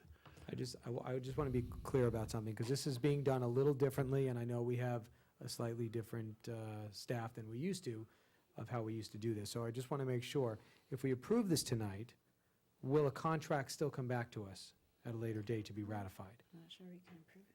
But I'm not sure, because I wanted him to answer that. Well, but I don't think we can. It's my understanding, no. I wasn't We'll be using the contract template that's advertised currently on the district website and putting the successful respondent's name and the dollar amount listed in the recommended motion into that contract, using that contract template for each separate project. So in the past, just so that I know, because I did see the Q&A, I went back and looked, and it says even bids, if there's a motion, I think you're asking for a motion from the board, correct? Correct. Yeah, so in the past, there has been links to the bid, and I took some examples. So I'm not sure, because this is where, I understand it's posted on the website, but in the past, it's been posted on the agenda, since this is what we're being asked to do in public. So I'm gonna ask, is there any way this can come back to us at the next board meeting on Tuesday with these links? That would have been my request as well. I have no issue with kind of refining the process. We are, as you can tell from the earlier presentation today, we're on a awfully tight timeline, unfortunately. We're trying to get contracts, Well, Mr. insurance Pyleman, let me in ask you place and this. go. Let me ask you this. Do we, is there anything in here that can we separate it out? If there's something that's dire and you need the absolute approval tonight, we can look into that. But like I said, we've never done it this way in the past. Okay. So I want to set the precedent that if we're going to vote for an expenditure of any funds, we usually have the contract attached to the transmittal. That's how it's been done, we all the time. We've never done it this way. So, and I don't want to vote on any expenditure in a public meeting that the public isn't aware of what we're voting on. So what I'd like to do is ask you, if there's something in here that's of utmost importance that you absolutely need approval today, I will have my colleagues consider that motion, but can the rest of these just come back next Tuesday after it's been attached, so then we can just vote on it after reviewing the contract? The other thing I just want to add, let me see if he'll I'm answer sorry, that. it's part of it, though. I just want to see if he Sure. can answer about dividing these out or letting us vote next week.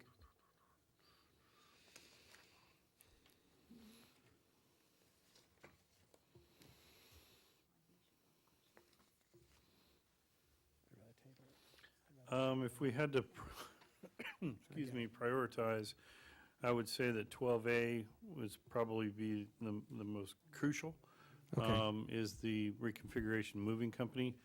I can bring contract back for ratification, fully execute a contract, or we can bring those items you mentioned back next Tuesday. I may need to get a little assistance with getting on that agenda, because that agenda was due tomorrow, correct? No. We're third level staff. We're due tomorrow, and then there's Thursday, and then there's Friday, depending on who you are.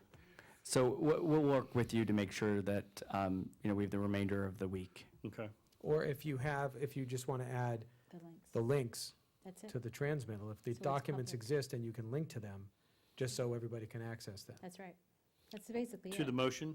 Yes. Yeah, so- to the transmittal, where it says rationale and all that stuff. So it's If you just put everything's a- the same, you would just be adding If the they links. can do that, then you don't have to upload And them. posting into- them for 48 you know what I'm hours. saying? It doesn't matter how you get them attached, the easiest way possible, as long as any member of the public can access them so they can see what we're voting on. The bidding documents as well as the contract themselves. Well, I'm Both? interested in the contract right now. Okay. Because that's what we're Because voting, that's going to force the expenditure of the money, not the bidding documents per Good. se. So Okay. that's what I would feel more comfortable. But if you need item A, if that's a timely matter, then I will implore to my colleagues to consider supporting that one tonight and bring the rest of these back. So- And I think we're talking about item C, C, D, E, There's a few. is that, Um, is F? F. Let me check, is. I No, think F had it, I'm sorry, they had the proposal, Yeah. but it's So I think not C, for D, and E. D and E, yeah, there was three. Yeah, But here's B the is other part of separate. it. In the past, Mr. Palman, if this helps you, the attachment to the link to the bid would just be enough if you don't have the contract ready. But that wasn't even on there. And then in the narrative, I would say some of these read, and they gave us, they said, here are the people that bid it, but they didn't disclose who won until I asked in my Q&A, I asked who was the winner of that bid. But that should have been disclosed in the narrative. If anyone was reading it and not interested in going to the link, that should be disclosed in the rationale of the item. And in the past, that's been the case. Right, instead So I of can just, give you instead of this. just listing it in the Exactly. recommended motion. So I can give you what I grabbed, I just grabbed about 4 of them sporadically off the internet. And, but that would be helpful so that when we're reading, we just know who's the winner, who actually won the bid, and a link to the bid or the contract if it's ready, like Mr. Margot said. Okay. Okay, so colleagues, we still have item A on the floor, and Mr. Pyleman is saying that this is, out of the items, this is the timely matter. So I would still like to continue forward with this one. Does anybody have any other questions about item A? Okay. So, and Mr. Pyleman, you'll be okay returning with items C, D, and E next week? With Yes. something? Okay, fine. So, Go ahead, Mrs. Marcus. The only comment that I really have is that I noticed that when you publish these particular, for publication to get the bids, that you constantly use the Courier and the Weekly, the Beverly Hills Weekly, and also online plan rooms and a district's website. Are we reaching out far and wide enough with that to get the best possible people to bid on these things and perhaps get even better prices? Because it seems like each one is the same, and they're pretty, we don't get, one we got one bid. So I was just wondering why we're so limited. I'll answer the question in two parts. What's listed here is to make sure that we communicate to you that we've made the proper minimum advertisement to meet the procurement requirement. The internet websites and plan rooms is kind of the primary area where contractors look for bidding opportunities now, the internet. So the paper's done to meet that requirement. We do it in 2 papers because there's 2 local. There's 7 plan rooms that we're targeting right now in trade journals. Those are the most highly trafficked plan rooms and journals in the Sons of California area, but we're always open to suggestions for additional plan rooms or others. Bidding right now in this market, as I believe you know, is one of the most challenging things we do. It's not only newspapers, periodicals, internet websites, but it's direct email invites and hitting the phones hard. It's producing 5 bids is our goal. To see only 1 bid in a category is disheartening after that much effort. So I appreciate your comment. I really do. Okay. Any other questions, colleagues? All right, let's vote on, we're just voting on A right now. So all in favor? Aye. Aye. Opposed? Thank you. So that's Sorry. one, did you vote yes or no? I voted no. No, okay, thank you. All right, so that motion carries. We're going to table item C, D, and E after we do B, so, and those will come back next week with the attachments. So we need a motion on item B. On item F, isn't it? Item F, huh? No, item B is not related to this. It's Oh, a item different B, issue. yes. Yeah, please. Yes. I make a So motion. I'll make a motion to approve the changes to the amended and restated bylaws for the Beverly Hills Unified School District Independent Citizens Oversight Committee. I second. Any questions on this, colleagues? No. Okay, thank you, whoever spearheaded these corrections. I appreciate the work. I think it It's was the COC, yeah. great. Thank you to the COC for updating the policies. All in favor? Aye. Aye. Aye. Opposed? Okay, motion carries. I'm going to make a motion to table item C, D, and E until next week's May 14th I will meeting. second that. Thank you. All in favor? Aye. Aye. Okay, so those will come back next week. Thank you. And moving on to item F, which does have the attachment, so Mhm. we appreciate that. I'll make a motion for acceptance of proposal for moving services at Beverly Hills High School, Building A, B3, B4, and interim housing project. So Second. moved. Oh, Mr. Spitz got it. Okay, Mr. Spitz will get the second on that one. Thank you for conceding that one. Any questions on that one, colleagues? Okay, thank you. Thank you for the attachment on this one, Mr. Byerly. So all in favor? Aye. Aye. Opposed? Okay, motion carries. See, we're very easy when the documents are there. Otherwise, we get skittish. Okay, moving on to board policies. We have a second reading. Move approval of the second reading of the proposed board policy, BP 7132, and administrative regulation, AR 7132, animals at school for non-instructional purposes. So moved. Seconded by Mrs. Hacker. Any questions on that? I want to thank Mr. Hertz for putting in the corrections as the board discussed. We Thank you, appreciate Mr. it. Hertz. Policies is pretty clear, and hopefully the city's dog park will have more business now because of this. So I appreciate it. All in favor? Aye. Aye. Opposed? Okay, motion carries. Thank you. Moving on to 13B.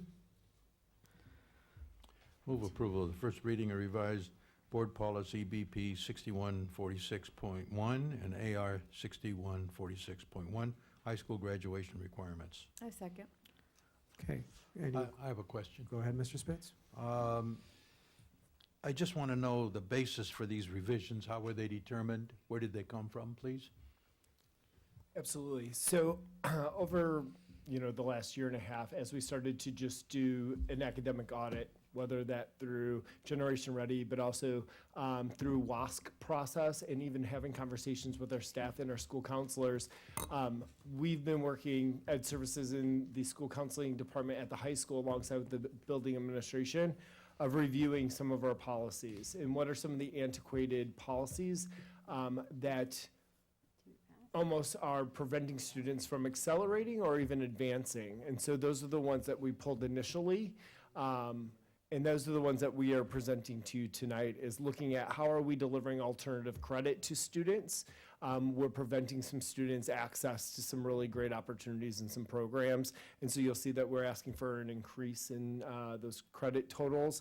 But also, one of the antiquated pieces is if you look at, we have granted 5 credits for a senior plan. The senior plan has been reverted almost to a 4-year plan. We are starting to talk to freshmen as they walk into the door and plotting out their 4 years to a post-secondary option, versus we used to almost wait until senior year to start having that conversation around post-secondary options. And so it's a very antiquated way of doing it, and we are granting high school credit for it. And it's hard for an outside organization to understand what that 5 credits is towards anyway. So those are the types of things that you'll see that we're trying to remove. Words like foreign language. California Department of Education has started to rework even their policies to reflect world language versus foreign language. So those are the types of things that you'll see that I'm gonna continue to keep bringing towards us over the next couple of board meetings. But these are the start. Any other questions? It was nice to see that we didn't touch the A through G issue, that still stays intact. Nothing was redlined there. For those that are thinking that the district is overthrowing the A through G requirements, I wanted to put that out there for naysayers and such. So Just had one question. Go ahead.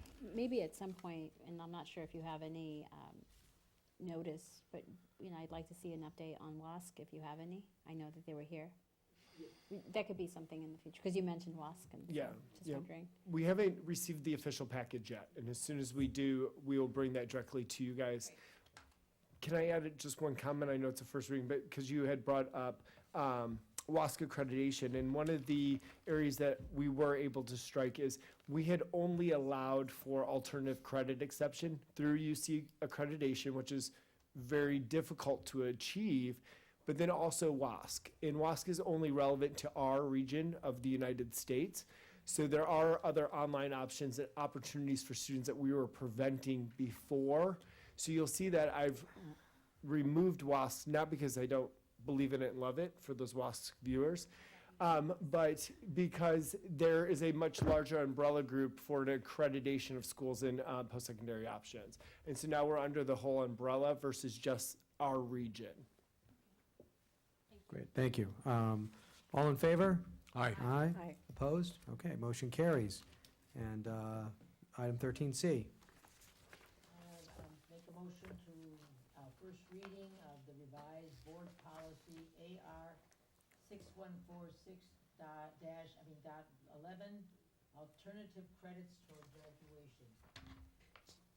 I'll second. Okay, thank you very much. Any questions? Do you want to give us a little synopsis so that the public understands what we're doing here? Yes, absolutely. So this itself was actually written in 1976. And so what it was is the original creation was around correspondence schools that the University of California is used to offer as alternative credit for students in public education. Obviously, since then, all those correspondence schools have dissolved and disappeared. But what we are seeing is we're starting to utilize online options such as Apex to offer opportunities for our students for advancement, but also credit recovery. Some people have used Laurel Springs or Fusion Academy already. And so within this board policy, you'll see that in previous years, we only allowed 20 credits to be either credit recovery or for advancement. And what we have looked at is trying to be able to offer a class a year. Why would that be? The thought process behind it is to allow our high school students, because they are crammed into what is necessary for post-secondary options, to also have the opportunity to add and explore. So through the APEX system, in which we had just approved this evening, there are world languages on there all the way up to the advanced placement level that we have never been able to offer, not because we don't want to, it's because it's very difficult to also find the teaching staff to support that. And so now we can start to expand these opportunities for our students and be able to get those on our high school transcript. They're UC approved, they're accredited, and so these students can start to take an additional opportunity over the summer online. Okay. Yep. Dustin, I had a couple of things if you have the document in front of you. On the second page, about halfway down where you talk about, you have a red line correspondence instruction, and it says non-BHUSD instruction. Item number 1 then repeats the term correspondence instruction. Do you want to get rid of that? Yes, thank you. And then item number 3 says the board or designee will determine the number of semester credits to be awarded for successful completion of a particular course. And then item number 4 says no more than 40 credits of instruction are to be awarded. So if the board is going to determine it, why then do we set a number? So number 3 is actually for if a student were to take a course at Brigham Young University where there's an online high school, and they bring us the transcript, even though they have the pre-approval form, we will have to translate it because we offer a 5-credit semester. We have to look at the descriptions and align it. So it's a lot of the work that like Maria Bennett does, which is our registrar at the high school. And it's a lot of work that I do. We do this a lot with students that come from Romania or from Greece. And so we have to have a really honest conversation and interpretation of how we would award credits because we still want to hold the integrity of the BHUSD diploma. So that's the type of. Okay, then I think maybe some clarification should be done in item 4 or 3, one or the other, whatever's easy to clarify, so you're saying that they're kind of separate issues. Perfect. Because that's what, I assume that's what you're saying. Is Yep. that your answer, Mark? Okay, thank you. Those are my only questions. So we can, any other questions on this? Okay, all in favor? Aye. Aye. Opposed? Terrific. So that'll come back with the amendment. I appreciate that. Okay, moving on, professional and official business. As if the other business we do is not professional and official. That's kind of an ironic term. Right. So we have a discussion about Theater 40 and a discussion, I think it was, we were going to have some sort of update on the Theater 40 issue because we were supposed to bring that back anyway, just to let the board and the public know where we are because that started in a board meeting, so. Correct. Do you want to take that, or? Sure. So we've been having continuing conversations with Theater 40 and the city as far as how can we find appropriate places for our students and also for the Theater 40 subscribers. So there's been some information that's been given back and forth. Options of a performance tent is out there, and we are planning to go look at one. We have not been able to go visit yet, but we want to see it in action before we rent or purchase this purchase tent. But there's been a lot of collaboration with everybody in the department. So from the principal to, Bill Bradbury and Stacy Kikawa, and also Kaz Chandler. So there's a lot of involvement to figure out how are we all going to live together in this space and make it work. So the performance tent is kind of next on our list to go look at. So as far as the performance tent, do you need direction from the board to bring that back and go through that process, or would you like?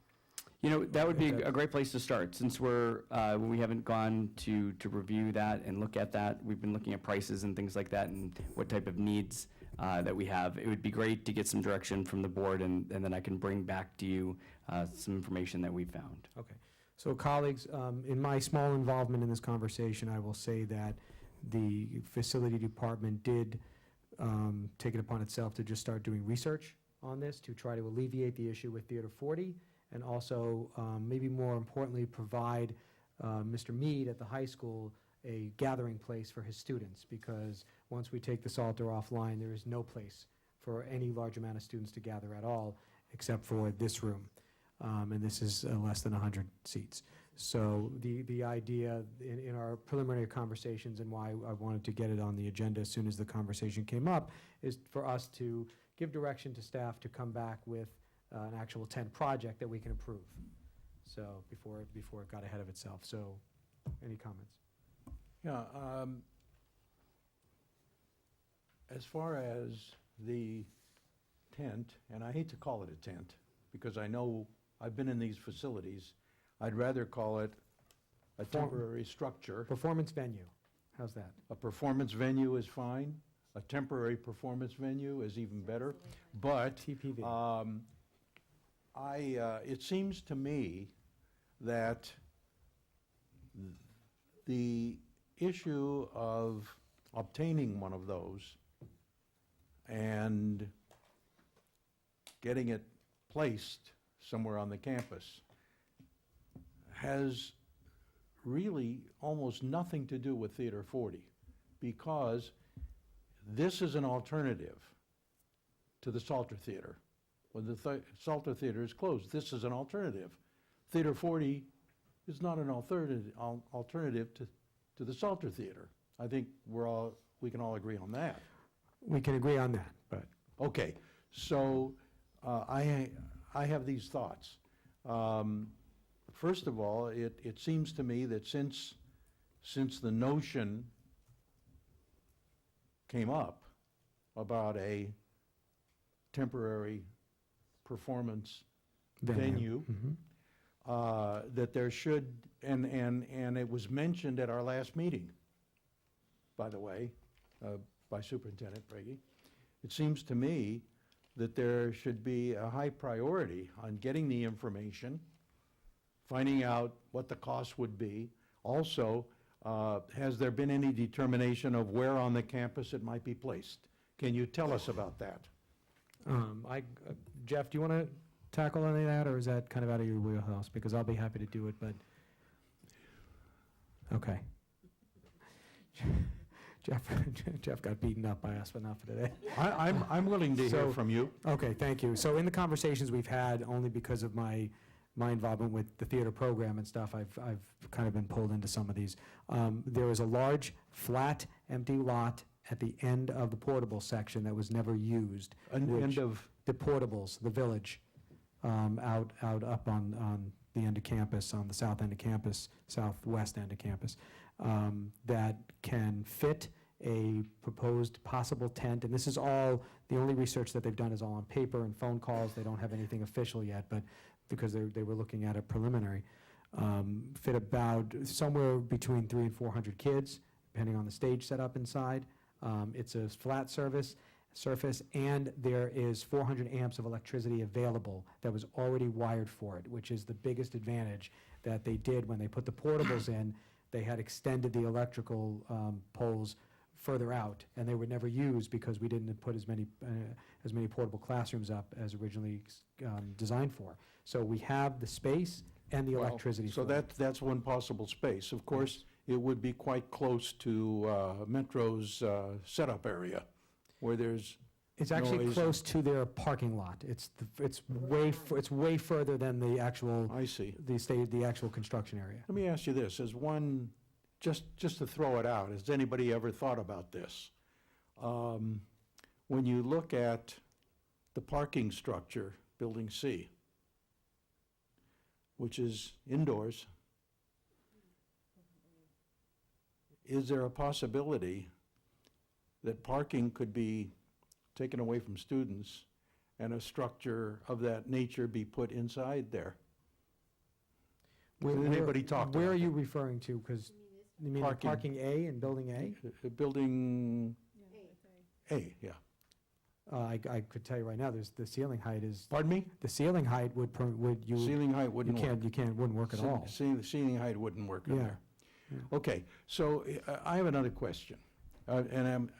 So it seems to me that, that there is a very, very urgent, that there's an urgency to getting the information and coming up to the point where we can have something to vote on. So I hope that it will come up real soon. I have another question, because I've received a number of phone calls and questions about the ongoing and future domicile and, of Theater 40, the accommodation for them from people in the city. It's a rather hot issue, and I haven't been able to answer any of those because I haven't been informed as a school member. I haven't been informed on the subject. So let me ask you this question: if we're going to have a temporary venue for our performing arts department, then that department's use of Theater 40 space, which is being requested as far as I know, or more than requested, I guess, set up, that really has nothing to do with the construction program. In other words, the temporary venue would take care of the department's needs in connection with construction. So what I'm asking is, if the performing arts department is going to be using Theater 40 space, and it really is not related to construction, why would that not come before the board? Apparently that's come before the construction subcommittee for consideration? Are you asking about the specific dates that were requested for use of Theater 40? Yeah. Yeah, that's in discussion. That has nothing to do with discussion construction, between does staff it? and Theater 40. Pardon me? That is in conversation between staff and Theater 40 right now. I don't know where that lies. I guess what I'm asking is, the need for that is not related to the construction program. Well, I would say sure it is, because. Pardon me? I would say it absolutely is, because. Well, if they have the venue, if they have that other venue that replaces Salter, We don't Right, know not, why not, to be built. let me say this, not everything that any of the performing arts, and when we say performing arts, we're talking about music, drama, and instrumental. Not everything they do requires a large venue. Some things require a smaller but it can be venue. done in a large venue. I can't say for sure, because until they look at it and look at acoustics and look at all that stuff, we don't know. So we're trying to have maybe call it a Plan B, to make sure that the department has some sort of venue. Now, we're also looking at other outside suggestions that the city has made to help us with this process, and those are being looked at too. That's out of my purview as well. So not everything that the drama department or the choral department does requires a large venue. Some things they would prefer to use a smaller venue. And the black box classroom doesn't fit that particular thing, but Theater 40 does. Plus, Theater 40 is set up as a real theater with a real lighting system, so it gives students experience working with lighting and sound and staging and costume, stuff that they might not be able to get as easily in a tent setup. So I think I would suppose that is why those requests were made, but I think also those requests were made before the idea of a tent got out to discussion. So I don't even know if those requests for the use of Theater 40 can be withdrawn if we agree on a tent. They may be, I don't know. Once again, that's staff, and they will have to go back to that. But I think giving Dr. Breggy direction to, yes, get a tent back in front of us to vote on immediately, and also find out, does the tent do what you're saying, Mr. Spitz, and kind of squash the need of Theater 40 from our performing arts program? And I think both of those can be answered once we give direction. Good. Okay. The other part also is timing of the move, right? And we don't know how quickly a tent even could be constructed. So we have to have an alternative plan for our students and our programs to actually exist on our campus starting in August when they all come back. If we can't get the tent built in that period of time. I think we can know that next week. I think by next week we can have an answer, at least an answer on that. Yeah, we're definitely working on those details, as well as just trying to further understand each other's needs. Right. And so there is a dialogue that's happening back and forth, not only just dates and times, but what the specific use would be. And again, we would hope to expedite that process, and if we're able to find something and the board approves to put it up right away, that would be ideal. We just have, at the same time, a monumental move and construction project happening at the same time. So of course, we would try to expedite that as much as possible. But I would remind, everybody that we have to work together on this. This is, our high school students have a very compromised high school experience with the current construction program that they have right now. And our students deserve to have the very, very best, even if it is sharing some space with some other people. Tristan? I don't have any questions. I think it's important to, try to find a way to coexist because we have such limited space and because, there are so many different needs. I think the students have to take a priority. That's what we're here for. As trustees of the district, it's our responsibility and job to make sure that our programs are there and our students have this experience and this exposure. And recognizing the value of Theater 40, I'm confident that we can find a way to share that space. I love the idea of a tent. I think it's something we should pursue. My concern is how quickly can we make sure that it's built and that our students don't lose out on opportunities to have access to their program because of, whatever obstacles may be presented in getting the tent put up. But I think, something we should work towards and definitely, And pursue. I and will get some swing around information. with some comments on that when it's my turn. Mrs. Marcus? Just a brief comment that the Beverly Hills High School really believes so strongly in the performing arts and the music, the choral, the drama, the musical performances, and so on. And we pride ourselves in that. And unfortunately, we are being pushed into a little space, and it's unfortunate, but they are our students. And though I really hope that we can make some compromise where everybody will come out happy, we do have to remember that these are the students at the high school that pride themselves on their connection with that area of the school. I agree. So I just want to know, just piggybacking a little bit on what Mrs. Shimon-Walker said, Walker-Shimon, sorry. The whole issue around this conversation really comes down to how quickly can the structure be built? And so does anyone, do you have that answer, an estimate, a rough estimate? Is it days, is it weeks, is it months? Because that's the question that I've been asked, and I'll let you respond if you can.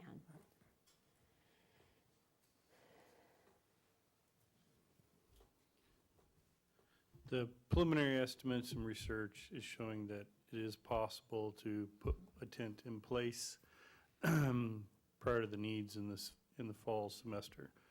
Now, size, type, insulated walls, flooring, those are all things that need to be analyzed further. Thank you, President Margot, for taking those questions earlier. I apologize for not coming up. Okay. But you are correct. The parking lot C, the asphalt surface, the 400 amp power, the size and location and proximity, that's been the intent, that's been the area of study. So we hope to bring back to you rather quickly some more details on that type of temporary theater or theatrical type instructional area. So you wouldn't know, so do you know how long this structure takes to build from nothing up? Would you know, like putting all the stuff that you just talked about, all the things that all the components that you just spoke about, how long? 3 weeks? Is it 4 weeks? 5 weeks? Right now, all I can tell you is it looks like if we zero in on the type of structure that's being discussed here, that it can be in place prior to the needs for the fall instructional semester. So for me, that would be so critical to make sure that we get ahead of, that we have a hand in that and knowing all these details, because if we're off by a week, then we can start to encroach, in the on the calendar that has been established for students. I believe there's a calendar already. I haven't seen it. There's a document that has been talked about. So I've had a few parents from the theater program say that they don't believe that we have the ability to do this in a timely fashion. And so, of course, I wouldn't know what's involved in putting a structure of this kind, up. I wouldn't know. But I know, just hearing from Dr. Breggy and saying that we have a construction program going on, we have a reconfiguration, a move, all these things are coming together. So I think I would ask President Margot if we can get this on the agenda in the next two, and I know probably not next week, but then at the next meeting, I think it's of urgence that we do that immediately. I agree. I think we can have something come back next week. I don't know in what form, but to get the process going, I So think that we the can have community, so that everyone understands that we are moving on this and that there's a lively there's a discussion going on in real time that is going to meet the demands of our fall calendar. Well, and I think most importantly that it can be done. That's Mr. Margot? very important for me. Yeah. Go ahead. I Mr. just wanted to Spitz? add something, Yes. another question. Yeah, go ahead. No, I didn't want to interrupt. I think I was done, Mr. Spitz. Oh. Thank you.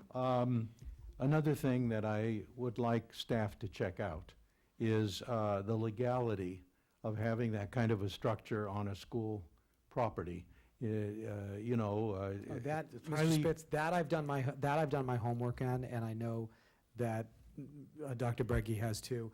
There are high schools, public high schools, all throughout Southern California that have these. Thank you. So I actually called one of the schools that had them just to get some feedback from the program people there. So it has its advantages, and obviously it'll have disadvantages as well, depending on the insulation and how it's air conditioned or not.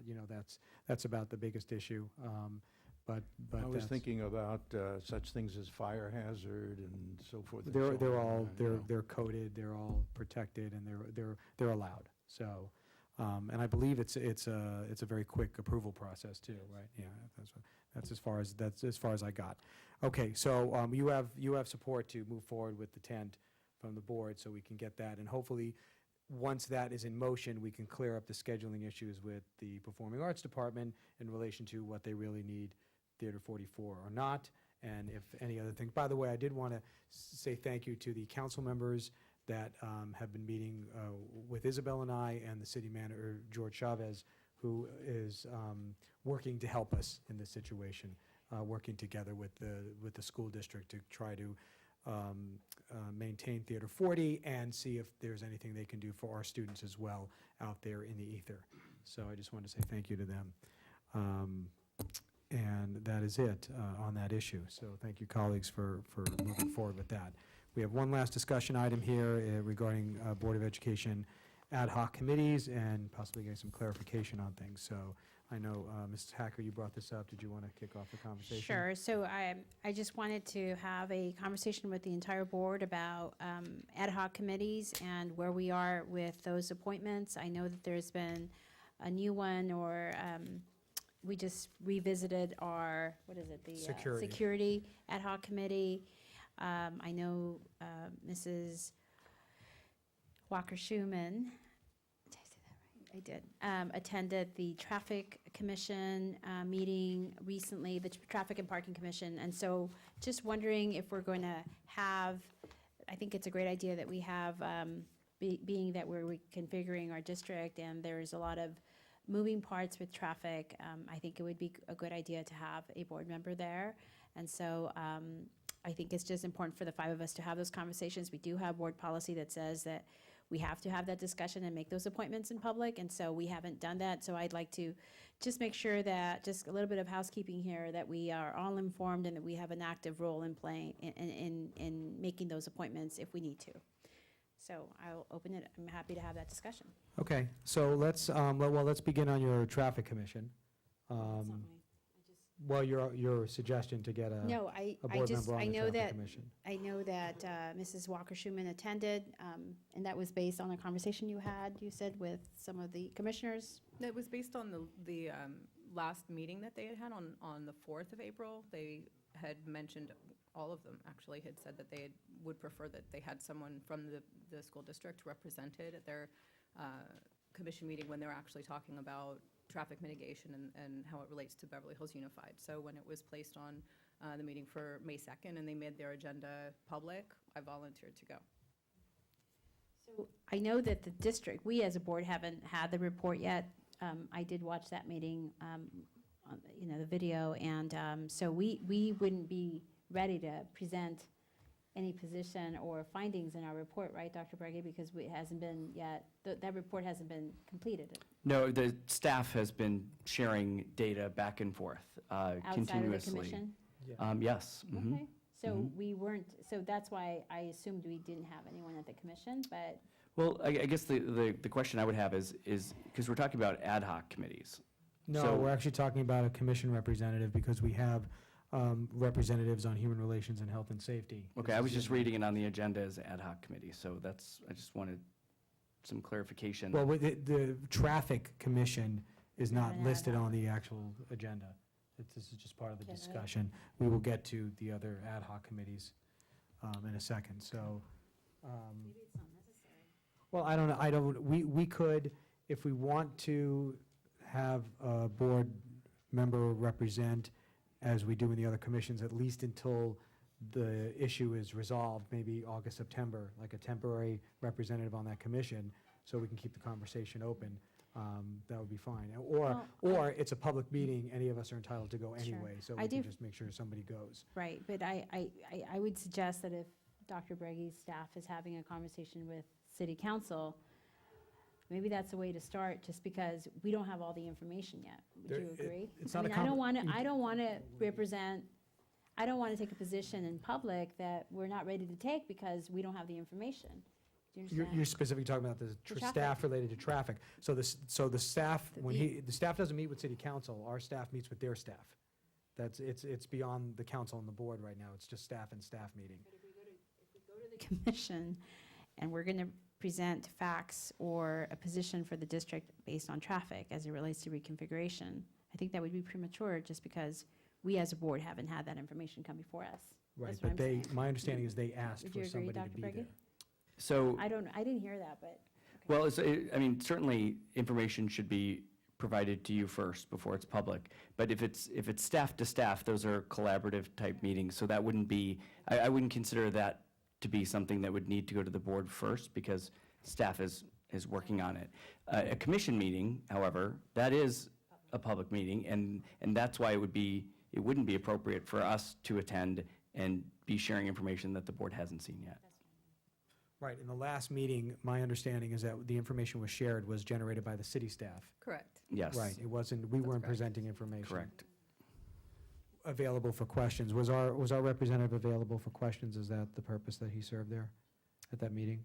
Did you find, I mean, he did present. Both of us were there, You both- and Terry had talked about what the status of the work was that PlaceWorks were doing, Mhm. that it wasn't a full report yet, but some of the things that we were looking at, and the work that our staff and the city staff had done together. The city had made a presentation of what their recommendations were for signage, and that included each different school site. They actually went site by site, and they asked if we felt that would be helpful and if we had any other ideas. And we said, thank you, we think that it would be helpful, and there may be some adjustments to the time frame depending on what the bell schedule ends up looking like, because we don't know what that is at this time. And we talked about the importance of having school staff help out with drop-off and pickup, that would be really helpful in optimizing, it's all. So I think what we talked can about do, I already. think maybe what we should do is reach out to the commission. Right now, I can reach out to the commission and ask them if they need somebody from the district at ensuing meetings, please let us know, and we can make arrangements. Sure. So, It might be a good idea, but on the other hand, it might not. I'm just wondering where you have a fluid situation like this, where we've got a major effort going, a major study going, and we have our experts and our people in this study, and they need to have connection to the police department, the fire department. I'm just wondering whether getting a commission involved in any way, the commission may want to involve themselves, but I'm just wondering whether that's beneficial for us. And it seems to me that it's not. Maybe I misspoke. What I'm referring to is, I don't want to feel like we're avoiding them if they need someone to be there. We don't need to offer to be there, but I also don't want to feel like we're avoiding it, because obviously they had reached out and wanted somebody from the district at the May meeting.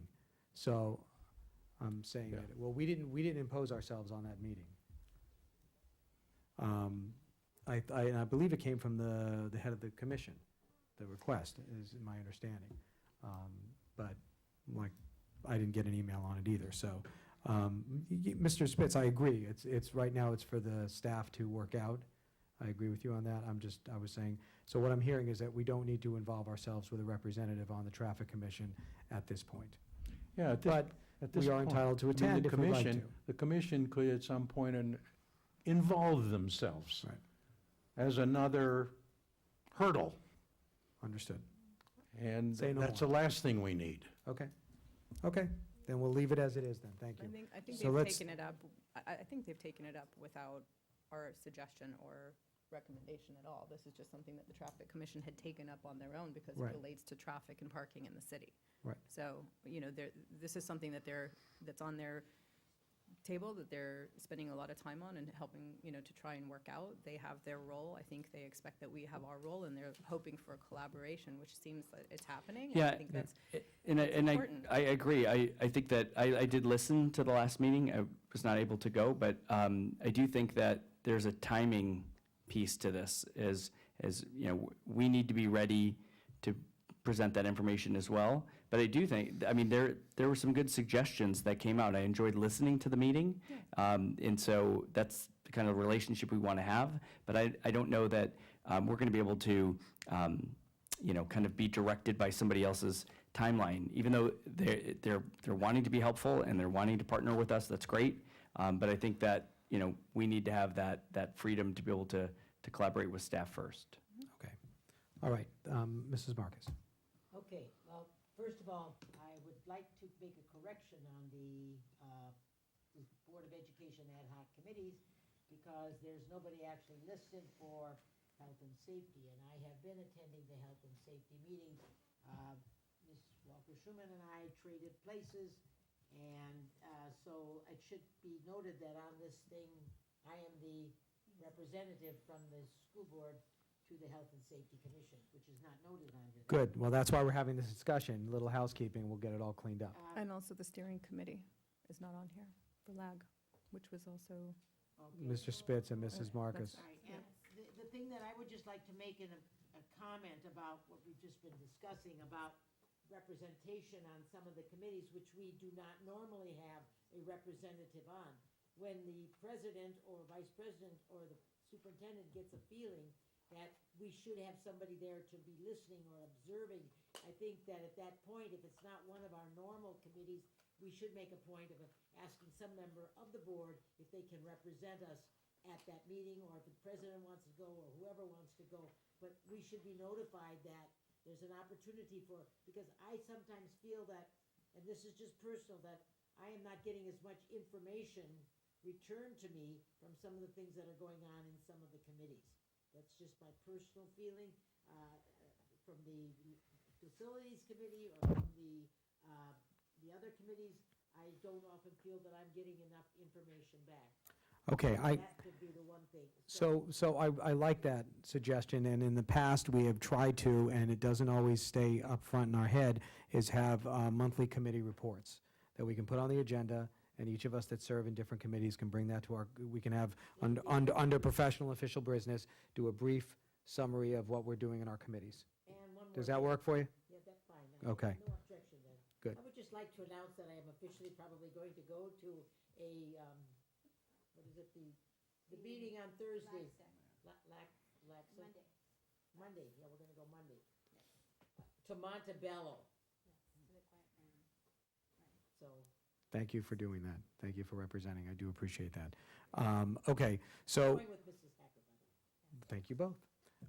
So I wanted to, I know that the only committee that was really in question right now is the Security Ad Hoc Committee with the city, because the last one before last week had met in last December, and I believe it was Mr. Spitz and Ms. Korbatoff that served on that last committee with the Security Ad Hoc.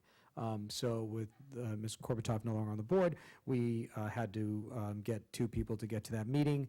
I took it upon myself because I had not met with any council members since taking the role of president, and I wanted to be present for something at City Hall. It has been almost 6 months, and I wanted to go meet with somebody over there, and I grabbed Mrs. Walker-Schuman only because she had asked if she can attend one of those meetings. That doesn't have to be, we don't have to be the permanent representatives to that committee. I'm happy to turn it over to other people. Well, you and I are the liaisons between the city and the district, so I'm okay with that, although they don't seem to have those meetings scheduled ever because we have too many oil and security meetings. So I guess what I'm looking for is, is the board okay leaving myself and Mrs. Walker-Schuman on that committee, or does somebody else want to go on to the security committee as well? I think my wife would be thrilled if I gave up something.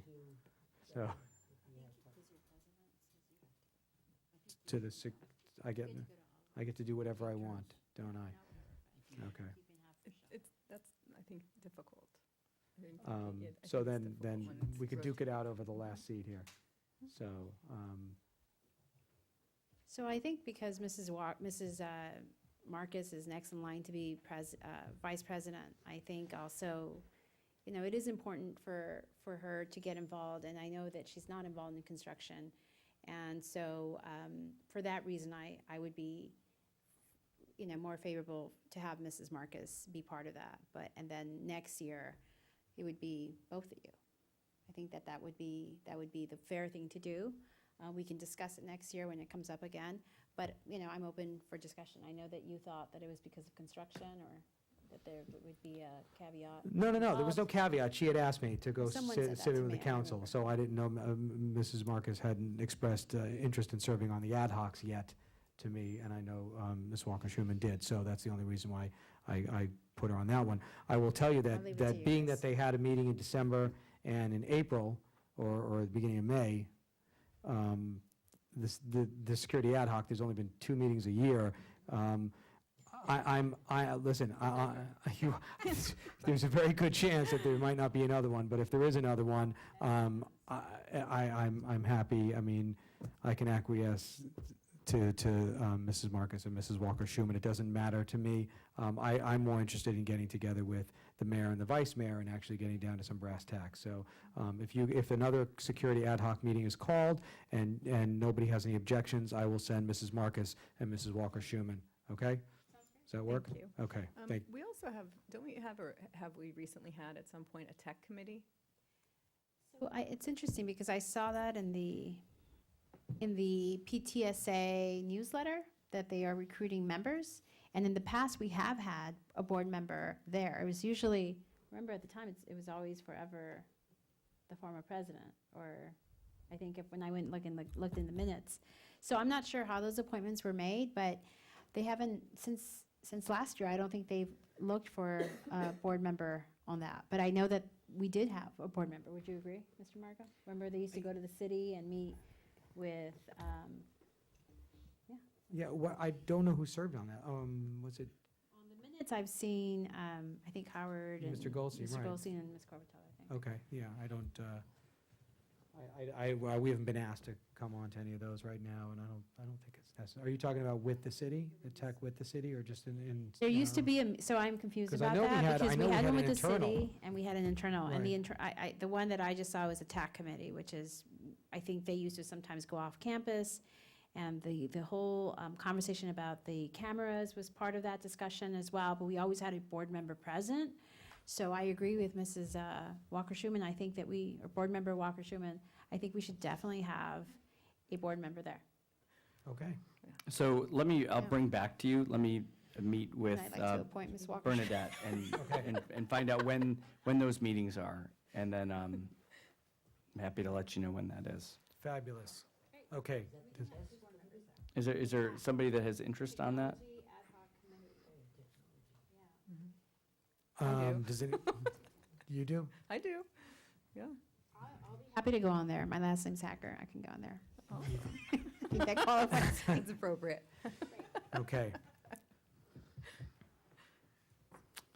Does that answer all of the questions that you had regarding the committees? Yes, I think Okay. is everyone Ms. clear? Kraus-Howard, Anything else? are you clear on who's serving on what now? Make the corrections? Okay, thank you. If you're unsure, ask me and I'll. No, we just changed the security ad hoc. I took myself off and put Mrs. Marcus on, and human relations. Right, okay. And for finance, it's Mr. Spitz and Mrs. Walker-Schuman, correct? Yes. Right. Is there And I'm anything doing else? the And I'm going to human COC relations. as a representative. Somebody else can come too. Is there another city commission? What is the other commission? No, I think there was no other commissions right now. We have a lot to represent, and I think, Mrs. Hacker, we should reach out to the mayor and vice mayor and try to request a liaison meeting. So we can establish some of that, because that hasn't happened in a very long time. So we will do that as well. Okay. All right, communications from board members. Anything, colleagues? No, in the interest of time, I will pass. I have only a couple things. First, a response to the issue of recess that came up earlier. If what we were doing was working so well, I believe we'd see that in the outcomes of our students. I don't think that we've seen those outcomes the way that we would optimally like for them to be.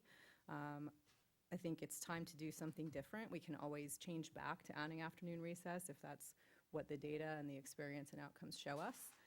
But I think we would not be doing our job, and it would be irresponsible for us to continue doing something without change just because we've always done it that way. So that's why I support the change.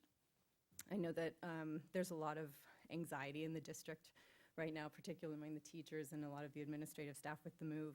Totally get it. What has come up time and time again in the last couple of months in particular is Marie Kondo. So I really love this idea, and I would love to see everyone kind of get behind it. I know it's uncomfortable, and moving is not always fun, but to the extent that this is an opportunity to, spring clean and get rid of materials that are left over and obsolete and not necessary to continue going forward, and then really build something new and organized and strategic in the classrooms for the fall, I think is a great opportunity. I had a great time at the open houses going on this week at Bubble Fest at Beverly Vista last weekend. There was the Hawthorne El Rodeo Carnival also. Actually, the Bubble Fest was 2 weeks ago. Remarkable to see all of these PTA families come together and the kids already starting to bond across schools is such a beautiful thing. And I think that the PTAs and the families all deserve really a huge amount of credit for coming together and building a sense of unity and community already as we head into reconfiguration over the summer. And I just wanted to thank all of our teachers that have worked so hard trying to make sure that even with all of the bumps in the road that we've had this year, that they're still doing right by our students. And so I really wanted to say thank you and recognize Teacher Appreciation Week. I just wanted to mention and compliment the parents and the work that was done at the Beverly Vista Bubble Fest and the Hawthorne Circus last Sunday. The amount of work that Carnival. Carnival? Okay, well, I have to tell you, I was impressed by the amount of attendance. I hope that they did well financially. The money they raise goes to so many things that will benefit the students at the school. And I just want to give them my kudos for doing a great job, and I'm lucky they had such nice weather. So first of all, I just want to say that I attended the MSA graduation ceremony for seniors along with Dr. Breggy was there and Mrs. Marcus, and it was really, I think, a wonderful experience for me to sit in the audience and listen to the transformative impacts of the program and success stories that it's had on students. And a lot of them will testify and say that the experiences of having an internship or a volunteer opportunity given to them through the program has really changed the way they perceive the industry, and it has really allowed them access into higher education, pursuing a degree of interest. And I thought it was powerful to hear those success stories being told directly from the students. And so really it's a testament to Mrs. Colleen Lynch for all of her work and her passion for the program. And it's just really great that Beverly Hills High School can offer a program of this kind, and the magnitude and the impact, again, is enormous. And so I found it tremendously just really powerful to be there. So thank you to Mrs. Lynch for all that she does, and for the students, because they really drive the program by being enthusiastic and being an active participants in the program. Secondly, I enjoyed the concert, the orchestra concert that I attended. I think Mr. Spitz was there, Mrs. Marcus, Mr. Margot, Dr. Breggy. Mr. Bradbury is just a really gifted, talented conductor, teacher, and we're just so lucky to have him, and the students were just so amazing, and I thought that they really were just extremely amazing. Let's see, and secondly, thirdly, I just want to say Happy Mother's Day to Mrs. Walker-Schumann, to Mrs. Marcus, and to everyone out there who is a mom, and to me. Thank you. So happy Mom's Day, and celebrate big. Thank you. Thank you, everybody. I will add that we do have another regular scheduled board meeting next week. We're kind of piling up early because staff gets busy the last 2 weeks of school. And we have a budget study session on May 29th. That'll be at 9 in the morning. So for those that are interested and can break away and listen to us speak about the wonderful world of numbers. So thank you, everybody, for the lively discussions tonight. I feel like we're getting some work done and moving in a good direction. So on that, meeting adjourned. Have a good night.